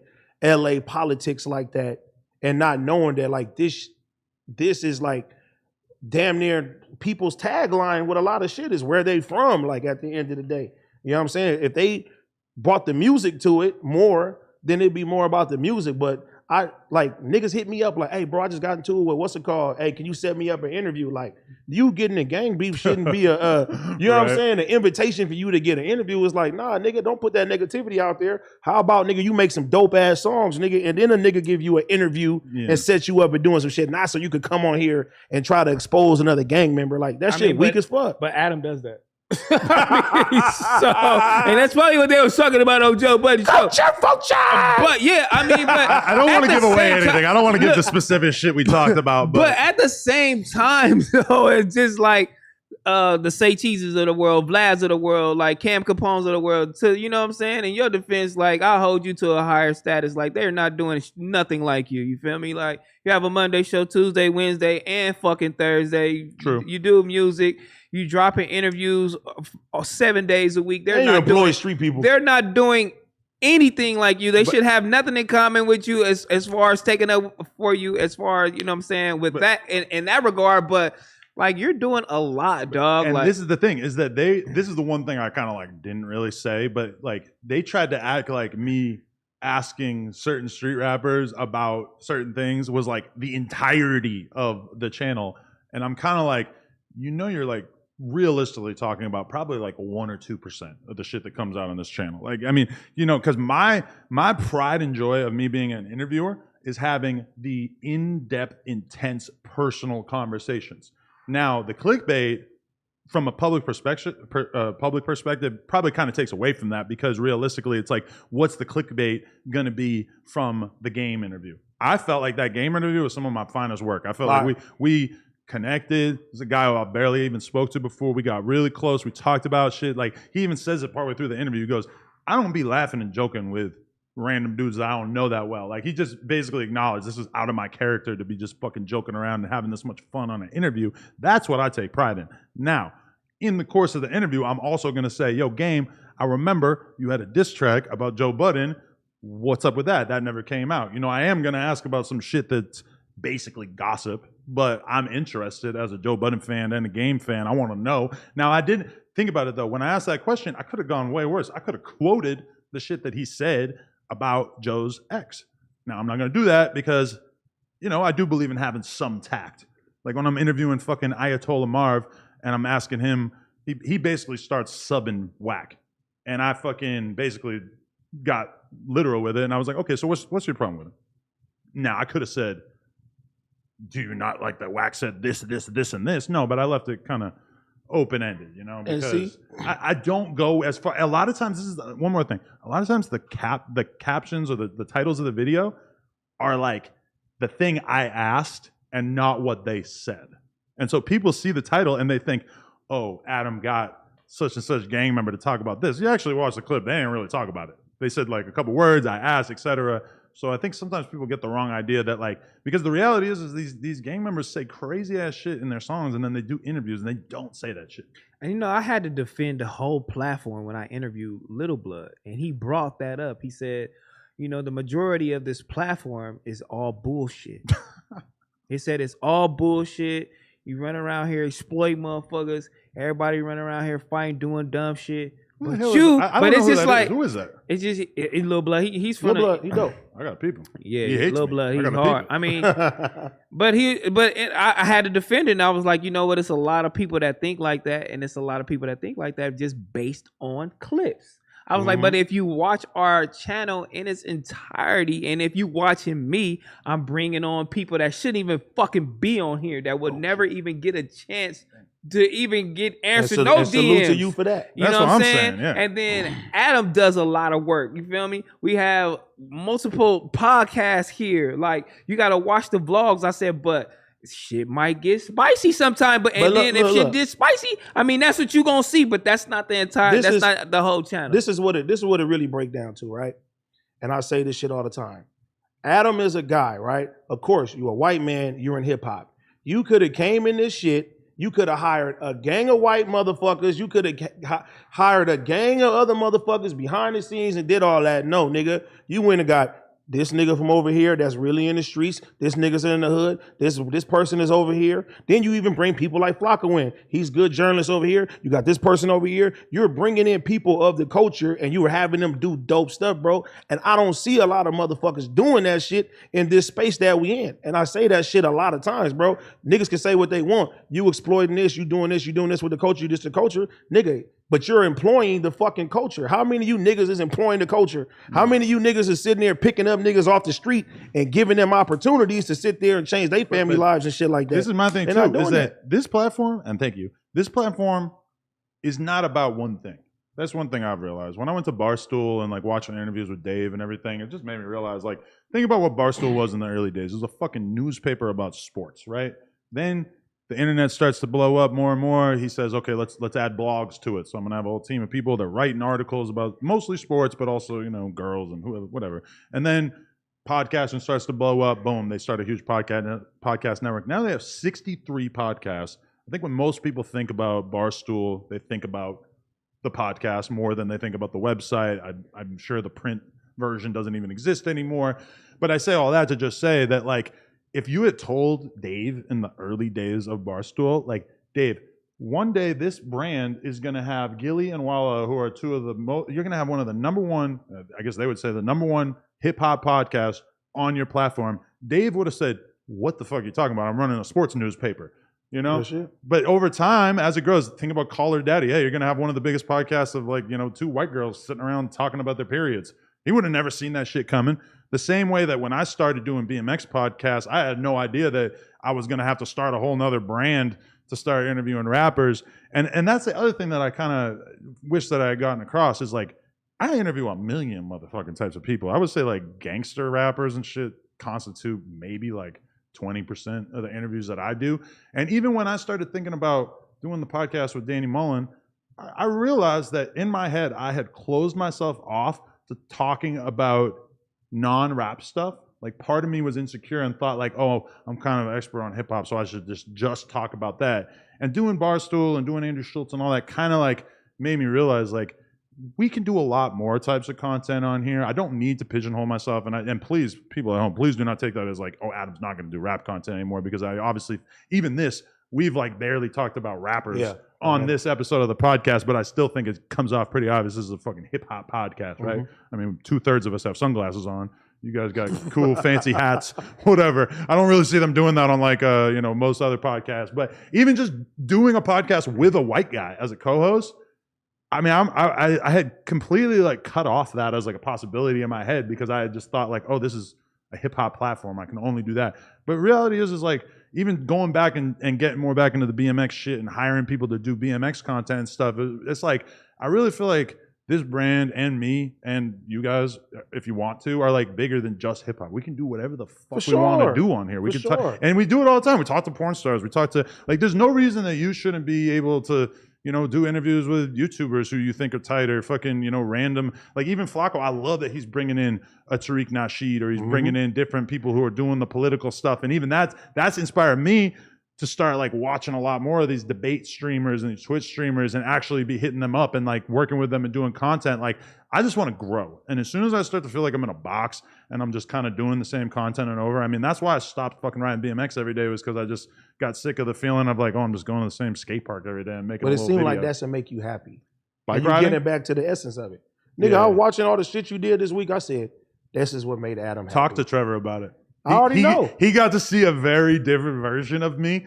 Like we rode from Williamsburg to Astoria. We got on the highway. We rode where the cars are supposed to be. We completely shut down the fucking highway. The cops were like following us because they basically just had no choice but to try to like watch over it and like make sure that nothing crazy happened. But man, I love being in that environment. Like, but that's the thing is too, is I just love riding my bike around, being in the city, being around the people. Like honestly, doing podcasts and doing that, like I feel like I need both of those in my life to be happy. Why do you feel like all these other platforms and these other podcasters are so quick to criticize you because you have, you know, black people or African Americans and other different races? Like, why do you think they think you have so much control over us and, you know, control over the narrative and everything that's going on? Because I think in most situations, most situations that would be the case. Like I feel like a lot of people when they hire, you know, a bunch of people, they give them a long list of things to talk about, or they put them in a box. Like I remember listening to Jason Lee's podcast one time. Shout out to Jason Lee, but his co-host on this, it might have just been this random episode, so please don't take this as an indictment of your whole podcast. But I realized that it really sounded like he told these motherfuckers like, y'all are the co-hosts, so back me up. Whatever I'm saying, you kind of back me up. Like it was clear that there's like an intentional dynamic of, you know, he's the star and they're going to kind of supplement it, whatever. I don't really think of this podcast like that. I really think of this podcast as like a fucking Royal Rumble. This is like a UFC match. You put motherfuckers in here and you see what happens. And they were giving me shit on the Joe Budden thing for not editing podcasts. I'm like, I mean, half the shit's live. And also, I mean, yeah, we do edit podcasts if it's something important, but I mean, what works for you don't work for everybody else. You know what I mean? They're old heads, so they think about things a little different. Nah, and you know, shout out to them. You know what I'm saying? Because I enjoy this shit too. But if I'm watching No Jumper, I'm watching No Jumper for specific things. And me personally, I don't even watch mostly the street shit that happens on here and interviews. I don't watch that shit. I like watching some of the funny shit. But let me ask you this though, and I know a lot of people will say this, like, do you feel like you have incited or been the cause of gang beefs or shootings or anything around the Los Angeles area since you got more involved into the streets? I mean, my response to that would be like, all right, where's the receipts? No, I'm asking you, do you personally? I don't think so. Like, I mean, if there was a situation that we could point to, then okay, I would agree. But mostly I see bad arguments. Like people are real quick to say, you were somehow responsible for what happened to Draco. Motherfucker, you watched that podcast? I didn't ask him about none of that shit. He fucking said a bunch of shit that got him in trouble. Let's be real. And let's be real. Draco called me to do the interview to come on and say what he had to say. You know what I'm referring to. He said some spicy ass shit. I didn't even know what the fuck he was talking about. You then had to try to explain it to me. Like, Adam, do not say a goddamn thing, which was a good piece of advice at that time. Now, when I look back at that, do I feel like I fucking incited anything? No, of course not. I didn't ask him about the thing that everybody thinks that, you know, like I didn't ask him about that beef. I can say this. I say a lot of shit to you behind the scenes. 90% of the time, it's not about street shit or like, you should stop this or stop this. You know what I'm saying? Like, if anything, it's always been more of, if you put somebody on the platform that says something crazy, in the grand scheme of things, you're overall responsible. Right. But for the most part, I have not, like, I've been here almost 3 years, and I can honestly say that, like, you ain't did nothing to where I was like, Adam, you about to do some crazy shit. If anything, you just sit there and said, hey, should I do this? Should I have this type of person on? And I'd be like, I don't know if you should do this or do that. Here's the question. Suspect on Mondays with Flacco. He hasn't exactly been like jumping out the window saying crazy shit, but he did say the shit about Swifty. Swifty hit me up, showing love, because we talked about him on last week's show and everything. But I mean, how am I supposed to feel if maybe something happened physically, suspect gets in a fight, whatever? Because I mean, he's somebody where I know him and I fuck with him and I really like am looking forward to seeing how he can grow on this platform. But it is a different situation than y'all, where I'm like talking to y'all fucking every day and shit. I haven't been in the room for any of his podcasts. They've all been live. He says some controversial shit. It really has like almost nothing to do with me, because it's not like I could have stopped it if I wanted to, because it was live. I mean, it would, if something happened to him, would I be worried? Yeah. Would I be bummed? Yeah. But I mean, also, as the platform gets bigger and bigger, it's kind of like with Barstool. Like, every fucking person on that platform could realistically do some crazy ass shit on any given episode. And as it gets bigger and bigger, Dave becomes less and less culpable, right? I mean, what my son Almighty said, what he said was definitely not false. It was definitely a true statement. But it is wild. But you know what? That shit made it all the way to Busta Rhymes for that nigga to say, you know what? Hip hop started with black people and Puerto Ricans. So cut the shit. You know what I'm saying? Yeah, matter of fact, we should just all be just trying to stick together instead of doing bullshit. So let's just stop trying to split it up. You feel me? Blacks are blacks and Mexicans. Like, let's just stop, man. Y'all just have fun and let's do it up. I've been thinking about that. We have sort of unintentionally been involved in what you could kind of describe as a little bit of a intensifying of the racial tension in LA, right? Yeah. For sure. I don't think it's gotten out of control. Obviously, people talking on podcasts is not anywhere near as bad as shit like the fucking Elote man getting jumped every 6 months out here and shit like that. But I do think at a time like this is probably better that we be bringing blacks and Mexicans on the show to have some shit in common and be on some cool shit and not us be going out of our way to they have problems with each other. Let's have them argue on camera. Motherfuckers be wanting to go out the way anyway. Duno's on our fucking show. What more do we need to do? And you know what? What more do we need even to do? Even that what the fuck? Even that situation, bro. I talked to Tariq Nasheed and I talked to America Cholo, bro. And I understand both of them niggas equally. You feel me? About they're just down for their people. Right. And that's what all this breaks down to is that you got one side fighting for the better of their people. You have another side fighting for the better of the people. A lot of people don't want to see that coexist. You know what I mean? Duno gets shit for doing a pod with black people. We get shit sometimes for doing a pod with a Mexican guy, bro. People are always going to have their opinions, but at the end of the day, bro, we got to be the leaders and make the change at the end of the day. That's true. And then too, bro, when it comes down to even what Almighty say and everything like that, at this point, we in a whole new place. It's gonna be new talent coming through this motherfucker. Niggas don't have time to micromanage everybody. New talent, people that are here, if you watching, if you say something on this camera, stand on that shit on camera and off camera. You know what I mean? Don't sit there and be like, I'm this, I'm that. If you say something that's gonna offend somebody, if you're gonna say something that'll possibly get you fucked up, stand on that shit. And it is what it is. That's your fault. If it goes good, it's your fault if it goes bad. So, that being said, unfortunately, something very violent happened in Los Angeles over the weekend. Quando Rondo was stopped at the gas station in West Hollywood, I believe. He's with his homie. I don't know. Beverly Center. Right by the Beverly Center, right? Across the street. Yeah. Been to that gas station many times, so this kind of freaked me out to realize just, something a little bit more personal about knowing that you've been there a billion times. But I believe 3 men ambush him. They shoot up the car. Quando somehow isn't hit. His friend gets killed. I mean, let's just be real. All these fucking kids who are talking about nothing happened after Vaughn got killed, whatever. I mean, we don't know what the fuck happened. Let's just say that. This could be anything. But I mean, hopefully that shuts those fucking kids up, right? Because it's nobody's business in the first place how this shit plays out. But do you really think that this is a good outcome? You don't know any of the fucking people involved in this. And then you got people, innocent people could have got killed. This fucking, the dude that they wanted to kill didn't get killed. I mean, it would be better for everybody to just kind of acknowledge that all this is bad business, right? But that's not even the point. Yeah, I do feel like I kind of missed the point. To people to even think oh, this is for Vaughn or whatever the situation is, bro. Yeah. People are real invested in these rappers and think bro, these niggas are millionaires. Do you actually think these niggas are going to take their gun, you know what I mean, as high profile they are, go and find somebody and kill somebody for your enjoyment? It is not going to happen. And if they did that, they're dumb as fuck. You know what I'm saying? So what happened with Quando, we don't fucking know. You know what I'm saying? But the situation, nigga, is crazy. I said the world is so desensitized. I've literally seen somebody doing a Quando Rondo challenge after this shit. I couldn't believe I'm like, bro, look at the fucking time we live in, bro. That was so, I knew, you always know you're going to see some dissing or whatever. Bro, I didn't think it was going to look like that. No. Oh, my Lord. Look at him keeping his mouth shut. I'm out that politics. Yeah. That is crazy.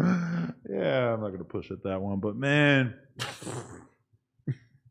I don't know. Never mind. Yeah, everybody just. I don't know, man. I was just sad to see that happen. Obviously, yeah. All right, but in a general sense, let's go real general. Shit happens in the streets. Nobody knows. Nobody's gonna know unless there's a fucking indictment or an arrest or whatever. People sit at home, they want to talk about, or people on podcasts and shit want to talk about it. So they kind of just start like inventing details. You know, they start saying like, well, the most likely reason that this could have happened is this. So therefore, that's probably what happened.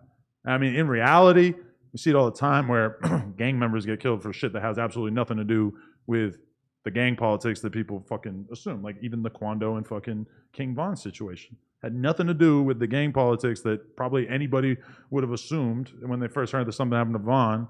It had nothing to do with that. So, and sometimes niggas just be slipping, bro. Yeah. Nigga, this is LA. Like, nigga, But they weren't trying to rob him, though. Yo, but the way that happened to him, I'm just saying sometimes. that was a real assassination No, attempt. that You was- know, that's straight up. that Like, was we some- know that much. That was somebody trying to get him. 100%. He was caught slipping. He was caught slipping. I got the call. There you go. There you go. Do what it do. Rest in peace. This easy To his money. homie. It's LA is crazy. These fools is crazy. Super crazy. It's wild out here. Yeah, it's You feel like wild out here. you feel like it's maybe gotten a little better. It's getting Or worse. It's worse. You think it's worse? It ain't been this bad since like 2005. I'm gonna keep it real with For you. real? Like, What are your metrics that you feel like you're using? I Just mean, the sheer killings and crime. robberies, for sure. killings, like- crimes, runouts. See, They're making their way to Melrose, Beverly they Hills. was never doing that. Like they're snatching. They got a whole new thing. Get Or- the watch. This is this is watch. new. It's all about the watch. The They'll watch kill you to take thing the is watch. new. Yeah, like the watch thing is new. They pulling up on you in restaurants. And they pulling up on you in Man, nice niggas shit. is putting Like, air it's tags crazy. under cars and following motherfuckers home from the clubs, bro. Like, this shit is sick. Like, what's happening in LA, and as a result of that, bro, like the fucking nightlife in LA right now is trash. Right. It ain't the same no more. I used to be in 3-4 clubs a night. It ain't no 3-4 clubs a night no more. Can't club hop. You can't club. You can't do Can't none of be that shit in like that. ballet. Nah. Just hearing y'all talk about that, just hearing you talk about the air tags makes me so happy that, and obviously, God forbid, but if anybody broke into my house, you are going to get like $1,000 worth of stuff. Like, I don't got shit in my crib. I don't own anything expensive, and I'm gonna keep it that way. I don't care how fucking rich I am. My house ain't got shit in it. Leave me the fuck alone. Like that honestly, like if I know people who have $100,000 chains. If I had that in my house, and if anyone knew or people could guess, I wouldn't be able to sleep at night. People do so much worse for so much less. You come to my house, you're gonna meet Tupac. $100,000. Yeah. Well. Oh my! I'm not gonna name names, but a lot of people God. have had that attitude and have it not really work out. It's gonna work for me. Yeah. You never sleep. Sleep with one eye open. No, just know. Well, you don't got $100,000 change, so you should be all right. I got some stuff. Yeah. I got some things around. You got some the golf crib. clubs, right? Take your Twitch setup. Oh, Bust up cry. in the penis I'ma house and take cry. your Twitch setup. Nigga want my PC? Bro, you get my PC, I'ma cry. We got it's 3 floors. You got to get at least to the second floor, fool. I got friends on every floor. That's all I'm gonna say. Damn. No, it's all you. I'm talking about you don't get it. You don't catch my drift. Oh, all right. 17 though. I got 17 homies. I got friends on every floor. Man, hey, let me just say this. Eliante ain't Lil Tim. Oh no. I don't trust that motherfucker. Now, if Alante is the defender in the house, Nah. we all dead. Yeah, you I'm gonna dead. keep it You real. dead. You could have armed security. Just having him there will ruin it. Somehow the security would lose their he would guns. sleep through the He invasion. shake the nigga hand like, "What's up, bro? You good?" He would sleep through an invasion and wake up. What happened? Hey, can I get Oh some? my Can I get some God. opinions? I don't think anybody in the history of BMX bikes has ever been out in the streets with armed security before. I think I might be the first one who's ever done that. Dumbass. I can't think of anybody Did you else. give Did him you a feel bike? dumb? We got him a city bike. Did you feel So dumb? you a had little him bit? riding the bike. Why would with I you. feel dumb? Why wouldn't you? Because I feel- didn't get Get that attempted nigga up. robbery. You don't need to fucking attempted robbery. Was you scared? You had a fucking armed security guard. He was for sure I felt scared. pretty You good. was scared as fuck, huh? How you No, go no, I home wasn't back to scared. New York? Okay. This is your place. Bro, you got Listen, 500 dumbass. BMX guys. You Like, could listen, pack dumbass. somebody up. Come I ride on, BMX dog. in LA all the fucking time. Chill as fuck. You see me, people see me riding around in all kinds of different places and shit. I don't worry about it.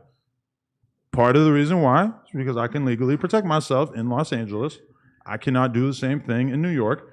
So if I'm in New York, I'm going to have somebody looking out for me. Are they going to be 6'9"? Did they used to play football in college? Are they someone who looks like they could probably realistically beat the shit out of like 99% of people? Yes. I feel great about it. Were they You had a running nigga up that to look you? like- I think Did I'm you have too a lot big- of fans? I'm too big to have an illegal shooter. Did you have a lot of fans in the Of midst course. of all the BMX I'm people? famous. That What you nigga talking like evolved version of Vail. I said, famous. Jesus Christ. Huh? That nigga, the security like evolved version of Vail. No, he looked that like nigga a was mega like, evolution. Yeah, for sure. There's evolutions. You could have a Charmeleon. You turn him into Charizard. that That's nigga was a cool. Charizard. That motherfucker was a mega Charizard. Where was his gun? Did you ever ask him where? Did you see it? Hey, imagine having to do a security detail. You got to ride bikes past behind this nigga. Did you see the gun? He was cramping up. Yo, shout out my boy JR. JR has that. JR had no gun. JR, know your motherfucking ass bullshit. You didn't have no gun. JR might I seen pop you your just for house. saying that. But let me tell you something. Shout out JR. Go to my Instagram, follow him. He was like the coolest. Like, he was just so fucking tight. Everybody, the whole BMX team loved him so much. He's still in the BMX group chat. He doesn't have anyone's number saved. JR, do not talk about a table. You will be removed, JR. You will be removed if you talk about a table. But all right, so the security company, right? They told me that there's only 4,000 people in all of New York who are legal to conceal carry, which that's an insanely small number. So I couldn't believe that. They told me, they said, at any point, you can ask him to show you his gun and take out the clip. Now, I didn't actually do that because I would have felt like you should have abused it. Hey, now show me. Yeah, I would have felt like kind of a Hey, dick. mid drive, you sitting there riding. Take out the clip. Hey, yeah, he's dying. He's on the ground with a cramp. Ugh, look, bro, you should have got that nigga a lime or something. You shouldn't make him ride no bike. No, but he was killing the batteries on the fucking city bikes. He was riding it for like 6 hours straight, going up huge hills. The battery fucking dies on the middle of the bridge. You got to get another one. It was a whole thing. But no, but the best part about it was the fact that we was right with it. There's one spot in Brooklyn that like the area is not as fucking terrible as it used to be, but it used to be like the worst fucking neighborhood. And it's like a housing project that has a courtyard in the center, but the housing project goes the whole way around the whole thing. So, but once you get into the courtyard, there's like banks and these benches and shit. It's like one of the best spots in New York City, and barely anybody fucking goes there because you have to walk through the project fucking entrance to get in there. And then once you're in there, if somebody decides they want to put the burner in your face and take your shit, I mean, what the fuck are you gonna do? Because it's not like you can run. Running probably, if there's a gun in your face, probably wouldn't be a great idea in the first place. But these motherfuckers with us, we didn't even have to worry about the fucking anybody trying to punk us. The fucking security from the building comes out to kick us out, and we have our security talking to the security and basically being like, nah, they're gonna do their thing. Like, give them an extra half hour. They need to pull these clips or whatever, and they just listen. They just give up. It was a beautiful thing. You got somebody on the inside. But they gave me, yes, exactly. They gave me a fucking really, because I don't think he was a cop, but I think most of the people who have to carry are off-duty cops or retired cops. Anyway, they told me, they have a really good phrase, and we could start using that. They go, the owner of the security company is like, yeah, there's a lot of fanny pack boys out there. I go, what's a fanny pack boy? He goes, they pretend they got a gun. They don't really got a gun. Or that's why he said to have them show you the clip and everything, is because he's like, they got BB guns and they just be running around acting like they got a gun, getting paid security jobs, getting paid really well, assuming that nothing's going to happen, which obviously probably like 99% of the time nothing happens. But meanwhile, they out here like they ain't got nothing to shoot somebody with a BB gun. I ain't gonna lie. Hey, you're a fanny pack boy. Hey, they're close enough. I'm not a fanny pack boy. They're gonna lay down. Oh, I'm a blammy pack boy. Gucci pack boys. Oh, I'm a blammy pack boy, not a fanny pack boy. Hey, but honestly, I want to talk about something. Wait, hold on. No, before stay on topic. Honestly, if a nigga takes out a BB gun and starts shooting you, you still gonna run. It's gonna be hurting. Exactly. That shit hurt. Stop, He hits you in the eye. Stop. That shit You're not hurt. gonna die, but he can fuck you up. For sure. You're gonna ruin your day. BB's hurt. Now what you gonna say? What I was about to say? Let's talk about your brother being out. Oh, bro. Yeah, He's free! I thought he was gonna be posted up here with you. Oh, I don't even know this nigga, but he's in he's the free. halfway You house, feel me? right? Let's go. You know what I'm saying? My Shout brother- out to your brother, man. My brother already got a he already got a job. You know what I'm he saying? got a job. Is it at Community Clips? Nah. You know, and hey, you want to know the crazy thing about that? My brother's on high gang profile parole. So he can't be around no gang stuff. He can't rock no gang attire. Like Can't work for Community Clips? No, so I can't even be around you like that? Don't say that, but I don't want to even take the risk of bringing him on Community, bro, for him to actually get violated. You know what I'm saying? Yeah, because all you got to do is say one iffy thing, How long is he right? gonna be on that high risk parole? I think they can talk about it after like a year or two. But he's on high risk parole for 3 years. Because all right, like I mean, we talked about this before he got out and everything, but I think there's a lot to be said for letting somebody come out and like slowly get their footing, because it's like you're coming from the most dangerous, the most cutthroat, the most deadly place on fucking earth, realistically. Almost after 10 years, bro. 10 years is not, it's not you like you were away for 6 months, in which I would assume you kind of come back relatively normal.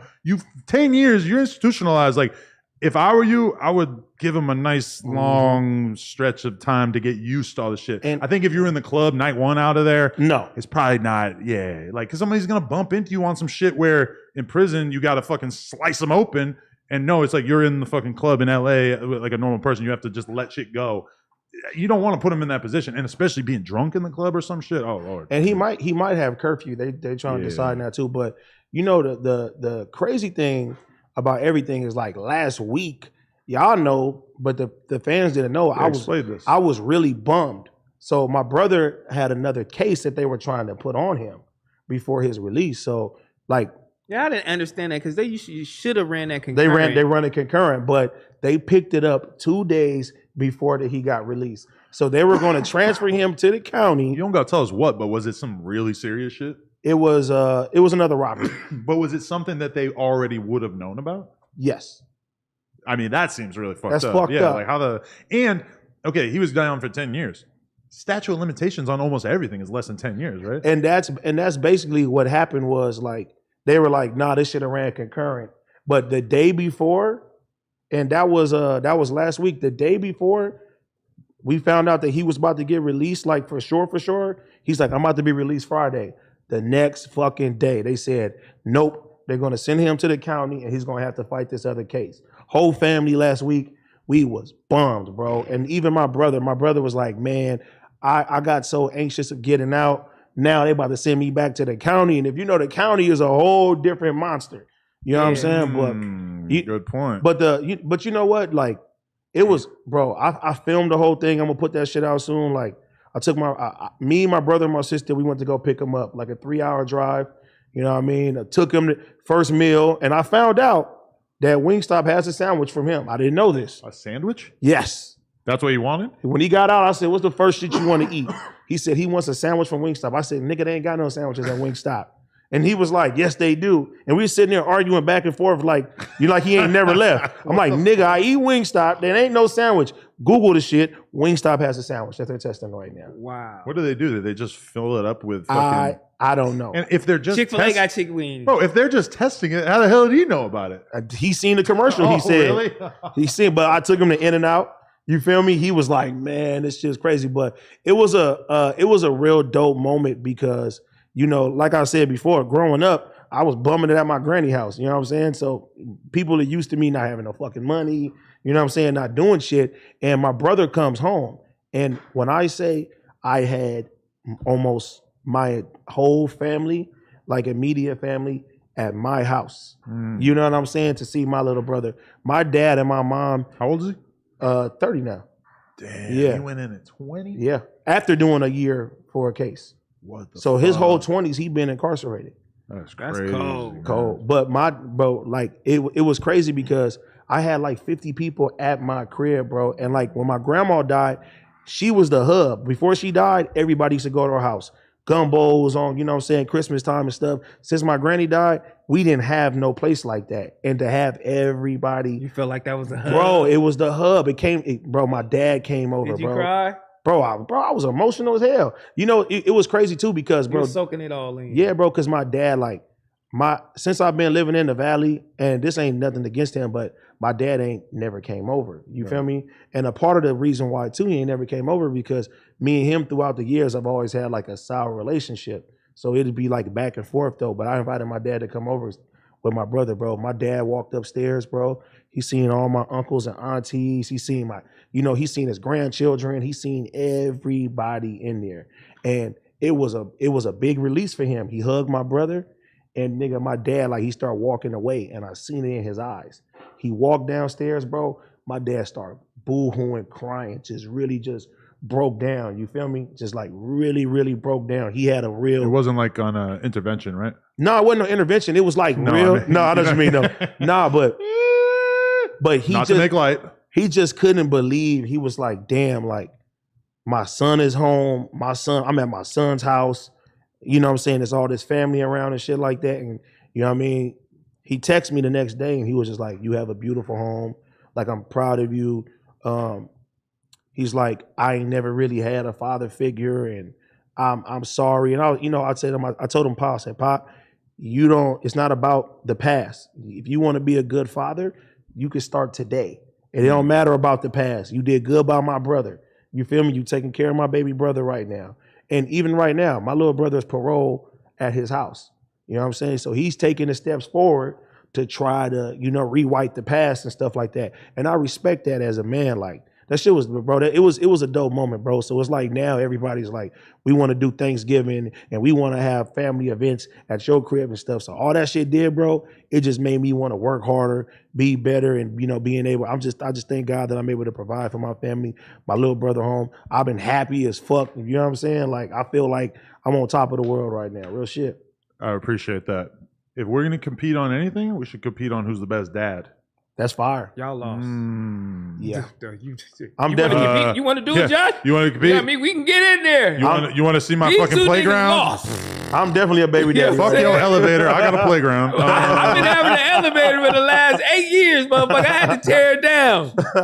I had to tear that bitch down. Look, yeah. He got Josh. I will Josh say this. Gap I don't go out on the weekends no more because I spend that time with my kids. That's right. Me?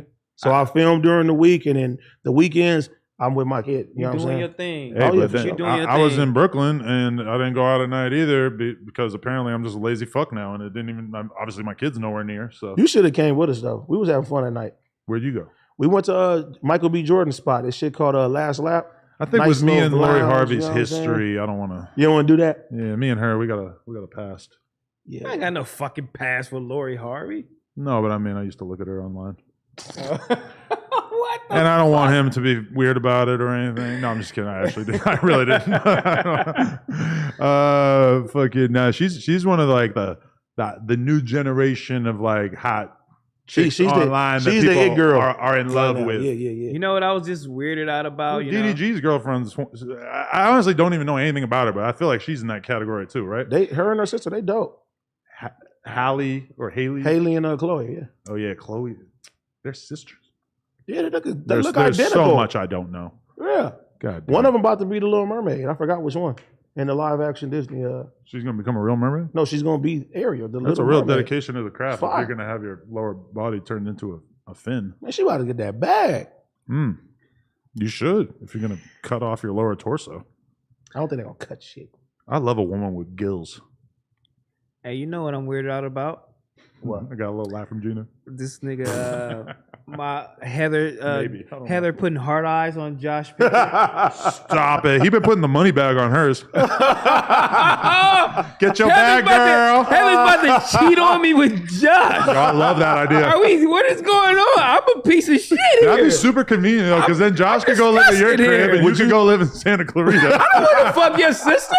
It'd be a perfect I don't want to go over there and fuck your Unless sister. she don't want him long term. I don't want to do that. I think she just wants a little bit of, I don't think she wants the whole thing. Oh my God. Come on, Josh. Thank you, T-Rel. Thank you. That nigga Josh gonna be like, yeah, I tell you, I'm the one that pays him. Sarah's gonna be complaining about this one. It's made me real uncomfortable. She put hard eyes on Heather, Josh ex, you know what I'm saying? Well, this younger picture. No, but it was probably the picture of him as a SoundCloud rapper, right? Oh, you were cute back then. You thought you were cute. That's what you did? Maybe. He had the dreads. Can we give Josh an Instagram shout out for once since he fucking put this whole fucking place together? Josh be holding it down, man. Josh, put us in the corner and put your Instagram on the screen. Josh _ no jumper. You gotta follow Josh. All he wants is some Josh, followers. man. No, Josh be holding it down, man. Yeah. Lil Dreidel, they call him.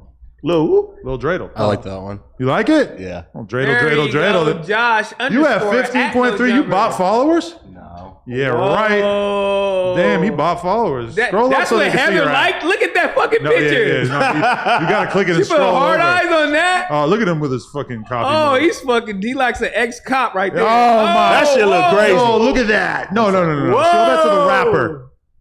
What the fuck is that? Oh, wait. Okay, you have to pause it on the. Yo. Damn, he was SoundCloud swagged rap out. is still alive. The homie had dreads. He was swagged out. Let's go to Heather's comment. Yo, look at. Wait, she probably deleted it because she's scared of you.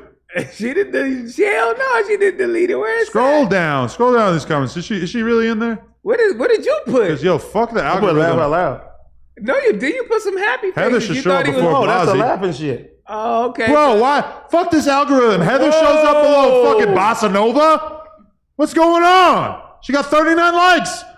Come on, bro. The algorithm ain't fucking with black women, man. This is wrong. Look at Pun under there. Everybody thought you was cute, huh?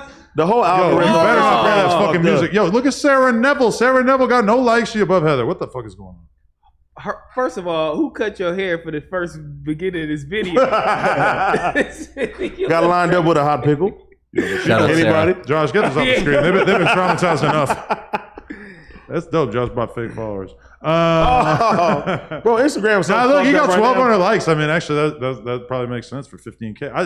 I feel like I haven't noticed his follower count since he was at like 4K. I mean, but no, that was a real. Damn, right? look, that Look one at him got showing off his 57,000. engagement. 8,000 Fucking views, asshole. What are you boy. doing? Man, I need how does Pot Lord have investment properties? Can someone explain this to Pot me? Lord doing his thing. But how? Him and his Damn, like, him why and- you, like, I why just you don't doing know. it like that? him and his woman, they hustled. They sat there, they did what they were supposed to do, and now they Okay, I didn't even what know was he the had hustle and what were they investment supposed to do? nigga probably saving their money. I didn't know he had investment Doing what? properties. He do? He be streaming. Well, I mean, Okay, Pot but Lord is clearly he has not bought $1 million properties streaming. Whoa, he's damn. a surfer. He just started streaming like a month ago. He probably hasn't got paid yet. Fuck the streaming, bro. He's a sponsored surfer. Yeah, like hold on. That's sponsored. Why are we He disrespecting? being a hater again. why are we How is it a disrespecting hater to Pot Lord? wonder? I'm asking questions. I've seen them talking about it in the Reddit. So seeing Pot Lord, you wouldn't assume that he's buying $1 million properties? Normally, if someone's able to buy $1 million property, How do they supposed to everybody look? knows how they have money. Like, how are they supposed to look to you? No, you're supposed to like have done like.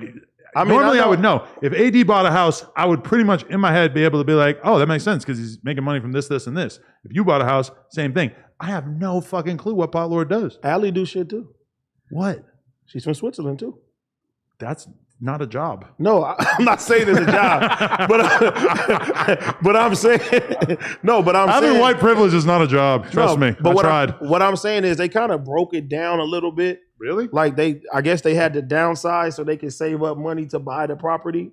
So even like right now, they're renting out the spot that they got now and getting some more shit, bro. So I don't know the full logistics of it, but Yeah. shout out to them, man. I would love to know. Is that something you want to do? That's something I would love to do because I like Be fixing Pot up Lord? shit and Oh, like no. Absolutely not. remodeling No, I- and doing the whole. You shit. I do love be that remodeling. shit. You seen you the chainsaw? I Yeah, could I've be been Pot Lord. doing He's in good shape. fuck with it. I'm in better shape than me, so I'll be him, sure. But no, would I want to fix up an old house? Hell the fuck no. Why not? You did it. Well, Lena did it. I mean, that's actually No, Lena hired people to do it. But she's definitely had like a creative mind of what she wanted to No, do. yeah, she had some ideas. That's She hired a designer. So it's that's not the that hustle creative. right there. Don't do that. No, but I mean, she worked with the designer, but like pretty much everything that was done, there was an intermediary, obviously. You know, She knew what she wanted in the designer. I'm not knocking executed. a wall down.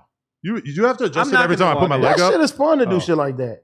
Yeah, that's tight. Yeah, but I just got too many other things I'm doing. Like I was just Like fucking with Lena. And, 3-4 times a day. yeah, that's like one and thing. then doing this shit. Yelling at us in the fucking group chat. I would like to flag this as another time that you guys brought up sex for no reason because No, I mean, why? 'Cause they be you know blaming I have you. a lot of shit going on. Obviously, You do. me not doing construction on a building that I bought it should probably just make sense off rip, right? I mean, you are doing a lot of interviews. I mean, I could just go do an interview and like that's So gonna, this spot, he's paid $7 million. no. That's what you said 5 million. earlier. It was closer to 5. 5. I know it's insane, right? It's an awful lot of poker. The realtor kept saying, he's like, this isn't your place. This is your kid's place. You never sell it. You never. And I'm like, okay. So you bought it, right? Yeah. I'm proud of you. I like I'm this not spot. selling it. This is going to bring a whole lot of new energy.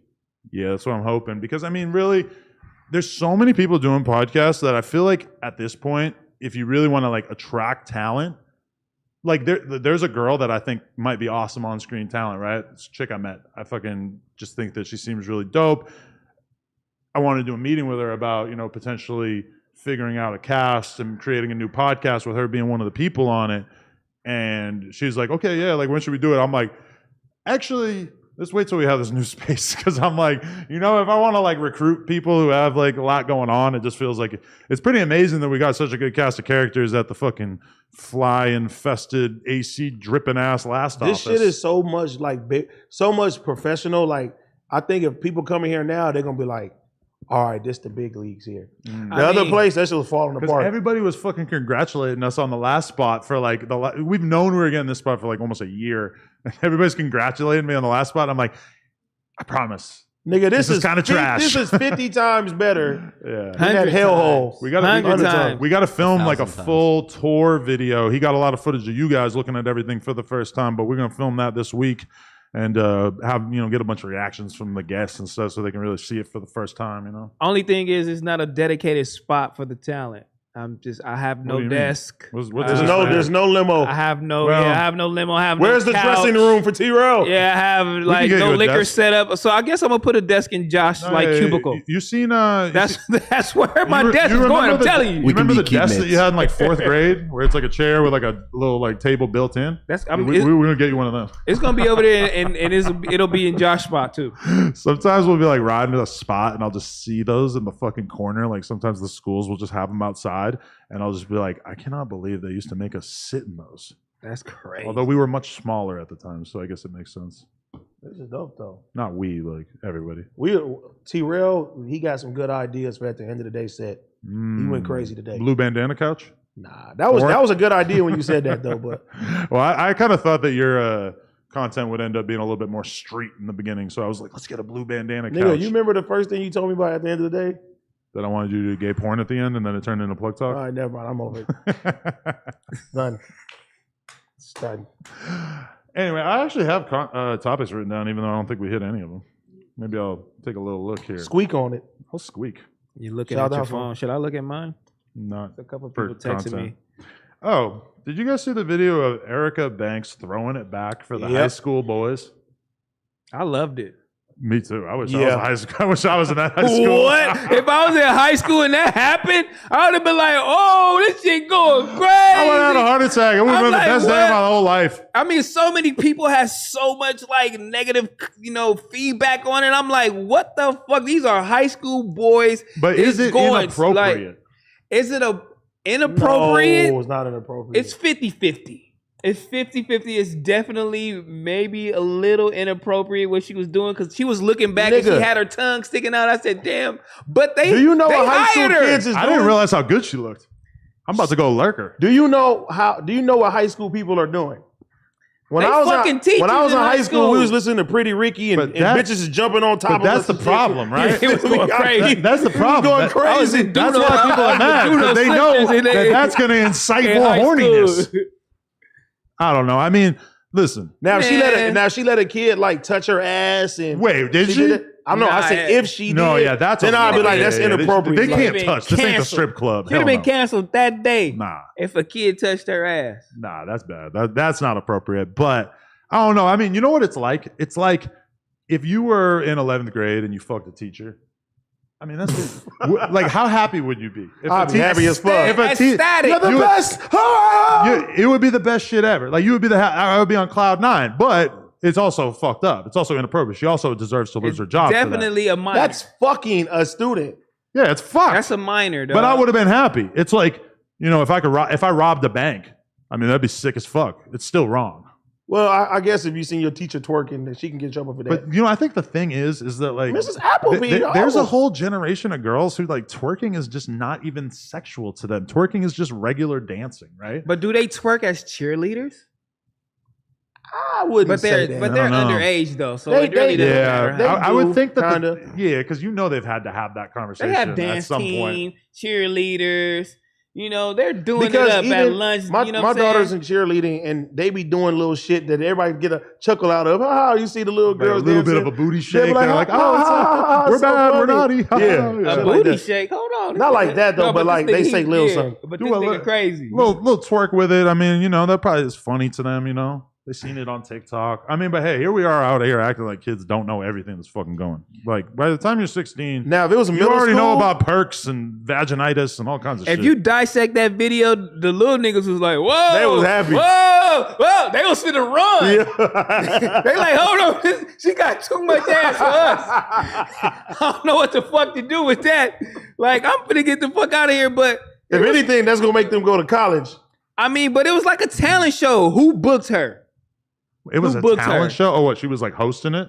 I mean, who booked her to come to the gym and dance? I don't know. Why was she there? Like in school, I know you probably had people come perform at your high school and shit like that. Yeah, I mean, you know what this made me realize? The principal, the vice principal, somebody booked her. They knew what was going on. You know what this made me realize? That motherfucker Carl Crawford is a goddamn genius. Because he orchestrated all this. I don't know why, but I'm going to give him credit for everything. Oh, the nigga. He might not want credit for that, though. Shout out his son, too. He just went to the MLB. You feel me? Shout out his son. You know who came to my high school? Who? Fucking Four of a Kind. Nigga Bobby and Miho and them performed in my high school, fool. What's that? it's the homies, they had like an R&B group locally. Why is that always your dance? That's it there. But that's what we used to do when we was younger. You know what I'm saying? Niggas get lap dances in the chair. Oh, for sure, bro. The Pretty Ricky, Lloyd, and all that era, that shit was crazy, bro. Lights off. At school, though. In the gym. I didn't have one hot teacher. Thank God I grew up in New Hampshire. I don't know if you were to go wander around. I mean, how did your teachers look? Like shit, they're all old ladies and shit. I mean, it's I don't know. Like Flaco? There was a kid after you. No, I remember. Yeah, some kid did fucked the teacher. Yeah, he got caught up, or a teacher got caught up for. Mm-hmm. How do you fuck a teacher and then tell? Because kids can't keep secrets. Do they give them good grades? Wouldn't you tell?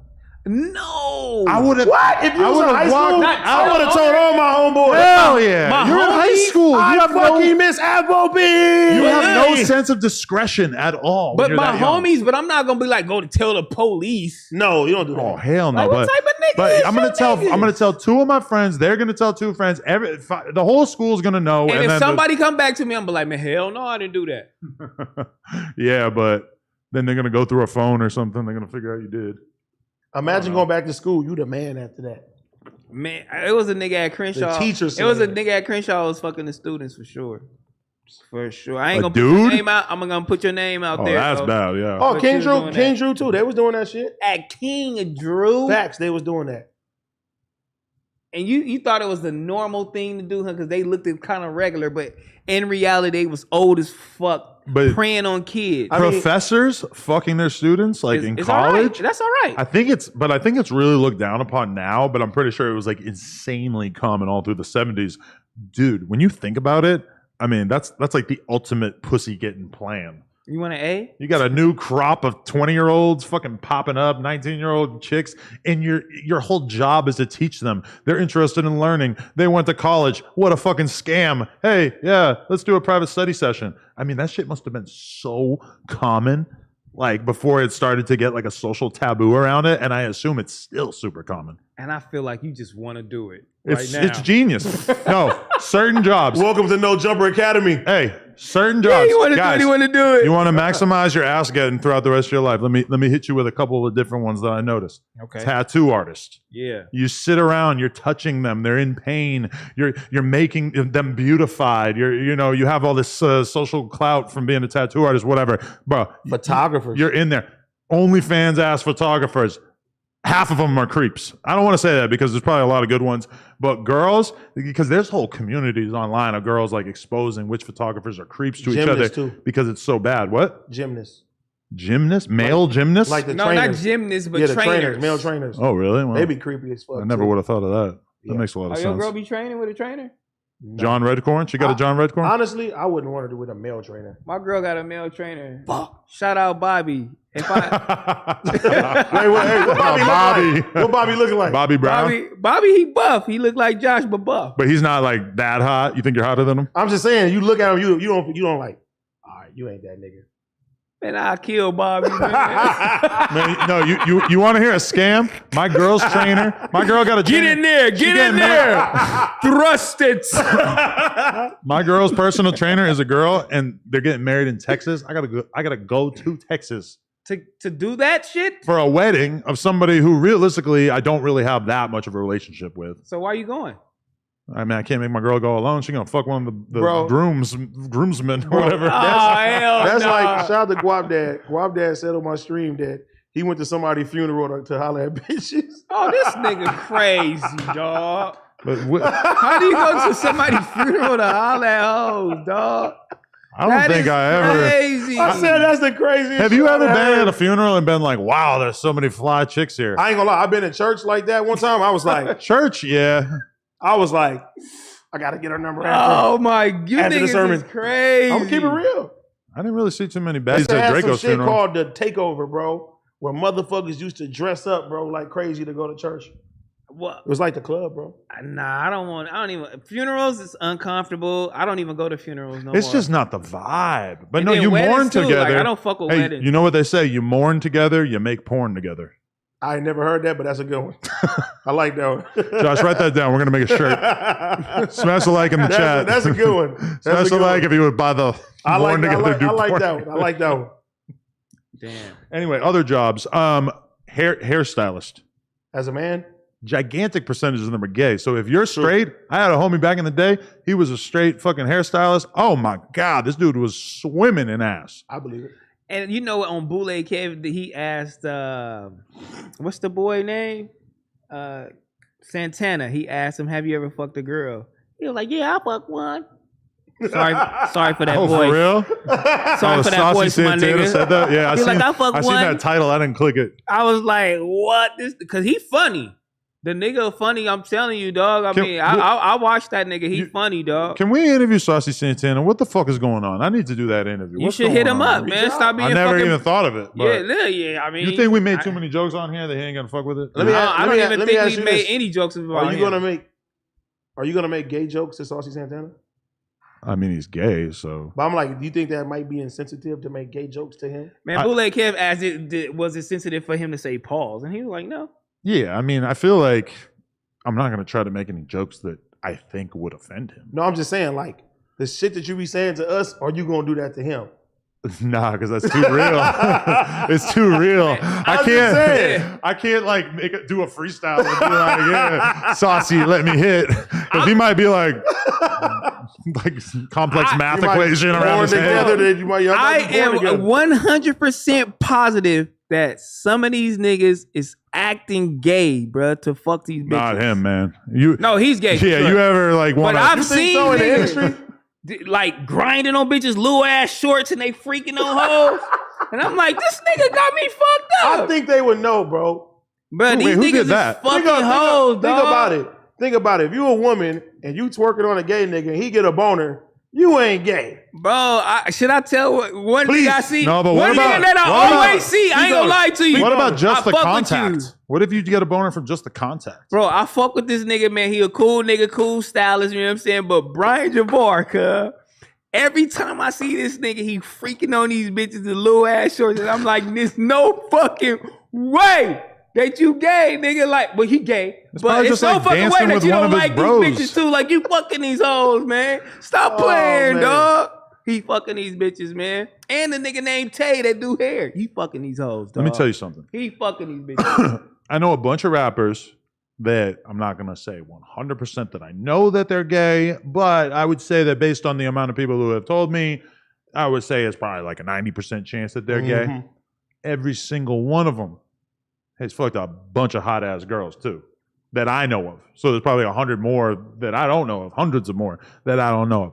So just because a dude fucks with chicks does not mean that they don't. They bisexual. That's what I'm saying. I think bisexual for some reason and rap, I think that's like way more common than straight up gay. Saucy Santana, he in a league of his own.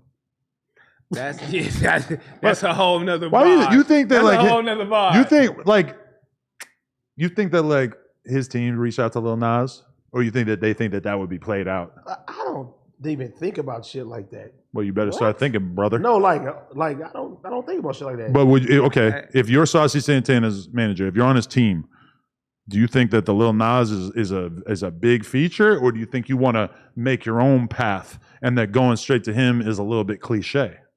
I don't know. I mean, of course it's a big feature. If YoungBoy doing songs with Lil Nas X, you feel me? Like that nigga, he dropping, bro. He's dropping records that are charting like crazy. You know what I mean? On the business side of it, of course that's a big feature for anybody. But I don't think I don't know. I'm not a gay man. I don't know how gay people think. So I went on the homie Sneako's stream when I was in Brooklyn. I was watching that. Props. He gay? No. I don't know. No. Like, where does come if from? he is, it hasn't been revealed yet. But no, it becomes gay at the end. But so I was talking about this other streamer, Destiny, that we're going to interview soon, right? And I said, Destiny is bae, which the way I was saying it, I just meant he's like one of my favorite streamers. Paul. Then Sneeko goes, You're gay. well, you know he's bi, right? I'm like, oh. and he's, you threw the line out there. So then I see it on his Reddit, and they're all talking about. You on his Reddit too? Yes, I joined it. Holy shit, I'm one of the members. So I see them talking about it, and they are talking about if my response was biphobic or not. Now the reality is I don't give a fuck if he's bisexual. What the fuck do I care? But it wasn't horror that you saw on my face. It was just shock and a little bit of regret that I had just called him bae, because that might read a little differently knowing that, you know. Obviously, I mean, I'm sure he feels the strong hetero alpha male vibes coming off of me, right? Yeah. So I'm sure he's not going to get it confused. But you know, knowing somebody's bi, I might not have called him bae, which is kind of sus in the first place. He got to stay away from this kind of talk, because you know he. Oh, they're gonna put him off the set, yeah. Huh? Nigga said he was a stripper. Oh. Nigga said all type of shit about this nigga. Like hold on. What kind of shoes are those? These Dior's. Oh. Yeah, my girl. Talk about it. My girl took me shopping, man. I said, you know what I'm saying? Look at him. You know what I'm saying? Y'all, in all his greatness. y'all made up. Yeah. Damn, you about to make me go to They Rodeo. made up, man. She bought me a whole fit from top to bottom. Maybe So if I. all his Dior. Oh, that's a Dior shirt. It's Suvi shirt. You know what I'm saying? Ooh, I should have known that. Okay. Look at this guy. What she do? She scamming? Damn, you know, look at him. Look how low key rich he is. Look how tasteful he is. He rocked the shirt where you can't even see the design on the front. You can only see it when he's standing up. Really, where's my Louis bag? that's not a we podcast living shirt. good over here right that's now. a club Yeah. shirt because you can't see it on the front. But you so tastefully My boy rich. got the new Dior's on. What kind of jeans are them? You These feel is good? are they Suvis or